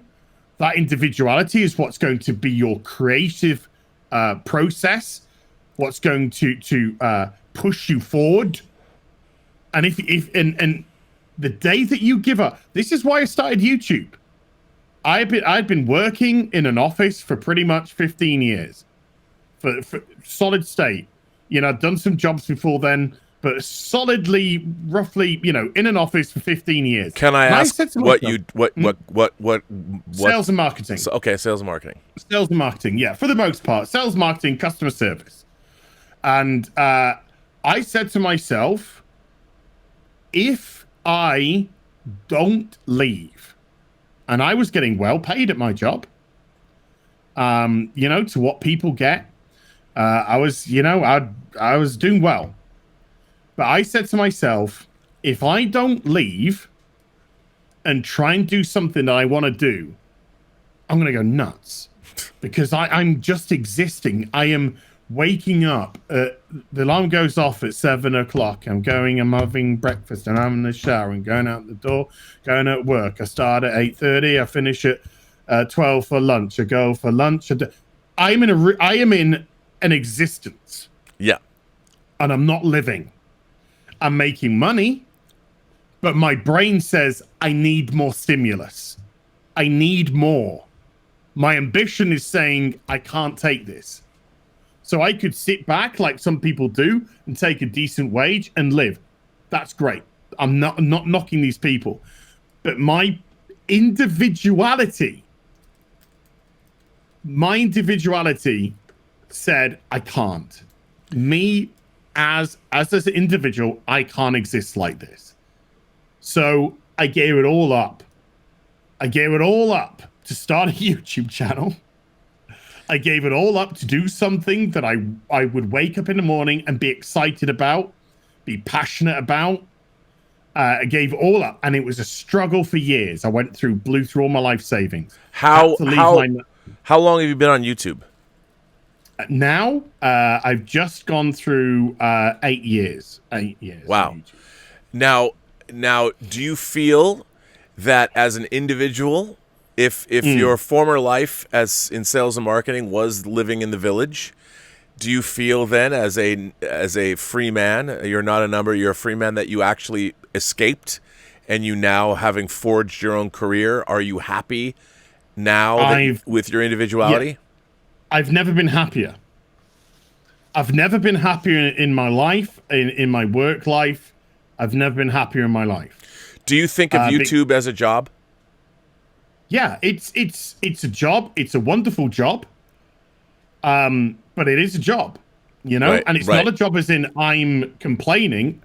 I am the last I will be the last person to complain about this. Yeah, I need to take breaks every so often. Yeah, I need to recharge the mental batteries. Yeah, I need to some days just go, I can't turn the PC on. I just get out and do stuff. But that's just human, you know. That's just I realize I'm being cooped up a bit. I need to go out and just get some fresh air. But this is the best decision I made. It was the hardest decision I made, but I bet on myself. I bet on myself that I could do this. And at one point it was almost all over. After about 5 years, it was like, I think it's going to be over. Wow. You know, it's coming to, I don't think it's going to work. I might have to go back to the rat race. But then it turned around. I found because I pigeonholed myself, the worst thing I did is I pigeonholed myself. I was just doing with a singular topic all the time. And then suddenly I was afforded an opportunity to get broader, discuss broader topics, different subject matter. And that opened up the door to a much bigger audience and a much bigger, group of people. Yeah. And it also allowed me to be more stimulated because I'm dealing with different things every day. No, I agree. And I think one of the great things about the entire YouTube platform, people can make fun of it all they want, but it is a platform where it's just people and ideas are being exchanged all the time. It's amazing. Now, it scares me that YouTube and companies can make it sort of slip into authoritarianism or totalitarianism by putting the kibosh on voices and opinions and points of view. And look, I'm under no illusions that YouTube's owned by Google, and I understand all that. I get all of that. But I think the whole appeal of it is the fact that there is the free flow of ideas. As long as those ideas are not encroaching on, like, for instance, there are things I don't think are it's just like look, having free speech is not necessarily the ability to run into a crowded theater and yell fire. I don't think that is free speech. You have to have a responsibility to the body politic, I do believe, because that's what civil society is all about. And again, then it becomes a slippery slope. Who then defines what that is? But I think in a way, it's kind of self-evident. Like, there's a reason why you wouldn't go into a theater and yell fire. One, if there was no fire, it's not true. So you're lying. And I would hope that you would feel an obligation to your fellow mankind or the fellow humankind to not do that. I mean, people you can't expect them to be good. But the one thing about The Prisoner that I love about The Prisoner is he is pure of heart. He is not, no one is dangling a prize at the end of the struggle for his individuality. He's fighting simply for his own individuality. Yes. And to me, that is one of the most uplifting messages that we can have as human beings, is that our individuality, our own minds and our own thoughts, not independent of everyone else, is the one thing that we truly own in this world. We own ourselves. And everything, our civilization is moving to the point where they don't want us to own ourselves. That makes no one money. But I think we as a society, we need to evolve. The funny thing about money is, what does money bring you? Other than you get the lap of luxury, all of these your carnal desires, your personal desires, your food. You can eat more than you've ever had. You can live in opulent houses. You can travel around the world. It's all luxury stuff. Being rich is just a luxury, and I get that. Yeah. That's great. But I would hope that in the finite amount of time that we have on this planet, that watching a show like The Prisoner makes you value who you are and what you believe. That you can be in your own house, you can think whatever you want to think, you can believe whatever you want to believe, and that's yourself. I mean, you're not in some kind of a gulag where people are telling you what to believe every single day, that you're not yourself. And I think that in our society now, I see Western civilization is beginning to slip. We have younger people especially, they're like, why do we need free speech? I don't like hate speech. I don't think people should be allowed to say certain things. Let's put a rule or let's pass a law to prevent people from saying this. Well, I think these people have a very perverted definition of hate speech, for a start. Well, that's, but now any criticism at all. Yes. Criticism is classed as hate speech. That's what they think. And I mean, I learned whenever you start making things, whenever you're making movies or writing something and you're giving you're putting something out into the world, your first impulse when you're criticized is to defend your work. And I learned long ago that that's a trap. Criticism of your own work is not a bad thing. It's something to be considered, because you should be strong enough to know some people have criticism that's worth listening to. Some people that have cogent criticism that you can learn from and grow from. You shouldn't just reject criticism, but now we're living in a world where everybody wants to feel good all the time, and that's not the universe. That's not how it works. Well, there's only a limited amount of dopamine, so don't use it all up. Otherwise you're gonna have some horrible few years of your life when that's all gone. If you can't produce it. Well, listen. But yeah, I mean, the greatest gift that YouTube has given to me is the fact that I go to bed without a sense of dread. There's always that sense of dread of the next working day, of Sunday night. And YouTube has given that to me, and I think that you can't put I keep saying it, but you can't put a price on that. Right. You can't put a price on putting your head down on a pillow and being like, I'm going to wake up tomorrow and it's whatever I got in store, whatever I want to do. Let's see what's there to talk about. Well, listen, we've got two more. Julius Goodwin sent in a super chat to me, directed at you actually, and he says this is just to replace the super chat that you sent to Mr. Burnett when you visited Robservations a couple of weeks ago. Do you remember that? You did. You sent me a very nice super chat. So he is returning your favor. So thank you, Julius. Sorry, it's Robert's. It's his channel. It's his super chat. That was your super chat, but thank you. And then Rob Altus says, "I applaud both of you and truly enjoy your analysis of shows. A big yes for shows like UFO and other cool past shows." I mean, we'll have to see. That could be interesting. I just don't. I just don't think that, genre shows are trying to do different kinds of things. I mean, looking at older shows is fun to do, but I don't think that many are as rich or as topical or necessary as The Prisoner. There's a very specific reason why we're doing The Prisoner, and it's not just because it's a cult TV show. Right. It's because of the, there's going to be, as we've already discussed, and we'll discuss plenty in the future. It is literally human nature in a TV show. It is the warnings of human nature. It's the warnings of the past being, even in those days, revisited on the present. And here we are 53 years later, and we're saying the same thing. Same thing. And yet... So, yeah, it's a cautionary tale. The Prisoner is a huge cautionary tale. And I don't... There's a reason why it's a lot of people's greatest show of all time. And that's quite a big accolade to have.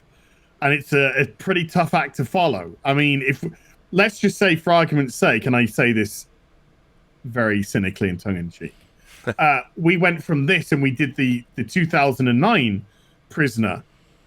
This wouldn't be the discussions that we'd be having. No. These would not be the discussions we'd be having. No, they would not. They would not. But it's look, as much as I like to review material, I think that's all fun. It's fun to do, but I think this show it does resonate. It has a particular place in television history, and it has become so influential, especially amongst creators of television and movies. I think it might be interesting if maybe we said, hey, let's steal off Red Letter Media and maybe do our top 5 next gen shows. Right. Now that would be something that would be fun to do. I mean, I think that would be good. Hey, we are over again. Yeah. Sorry, I was going to say it's just we are shit. It's a show with good social messaging. Absolutely. So we're over time. Another great show. Another 2 hours that I think I blinked twice. Yes. And it's gone. It's gone. So with our order, is next week, are we watching The General? No. There's got to be a gap between A.B. and The General. There has to be. I'm gonna have let me just have a quick look. I do have an idea. I do have an idea. You know how we say you want things to synergize? How things have synergized so far. I kind of have a feeling that I think maybe should be Many Happy Returns next. I'm all for that. That's what I was kind of thinking. Let's do that. And just going through, I'm looking at Schizoid Man.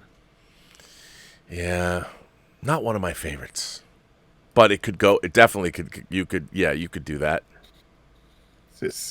I'd say I would personally say Many Happy Returns because we now get the Butterworth. We get the Butterworth link into Many Happy Returns, which I like. I like then that. Then Schizoid Man, then probably The General. Yeah. Okay, let's do that.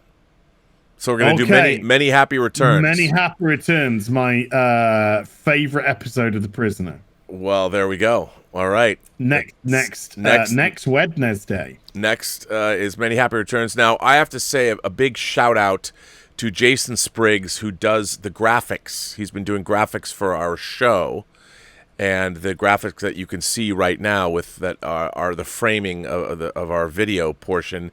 I can't thank him enough for doing these. They're fantastic. I Yeah. love them so much, and he obviously puts a lot of time and thought into them. So thank you, Jason. I hope we can continue to impose upon you for the rest of the show.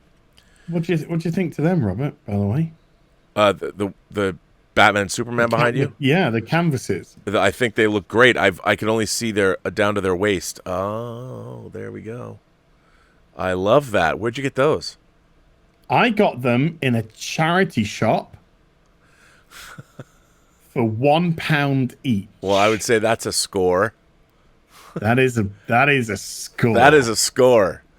I said, go on then.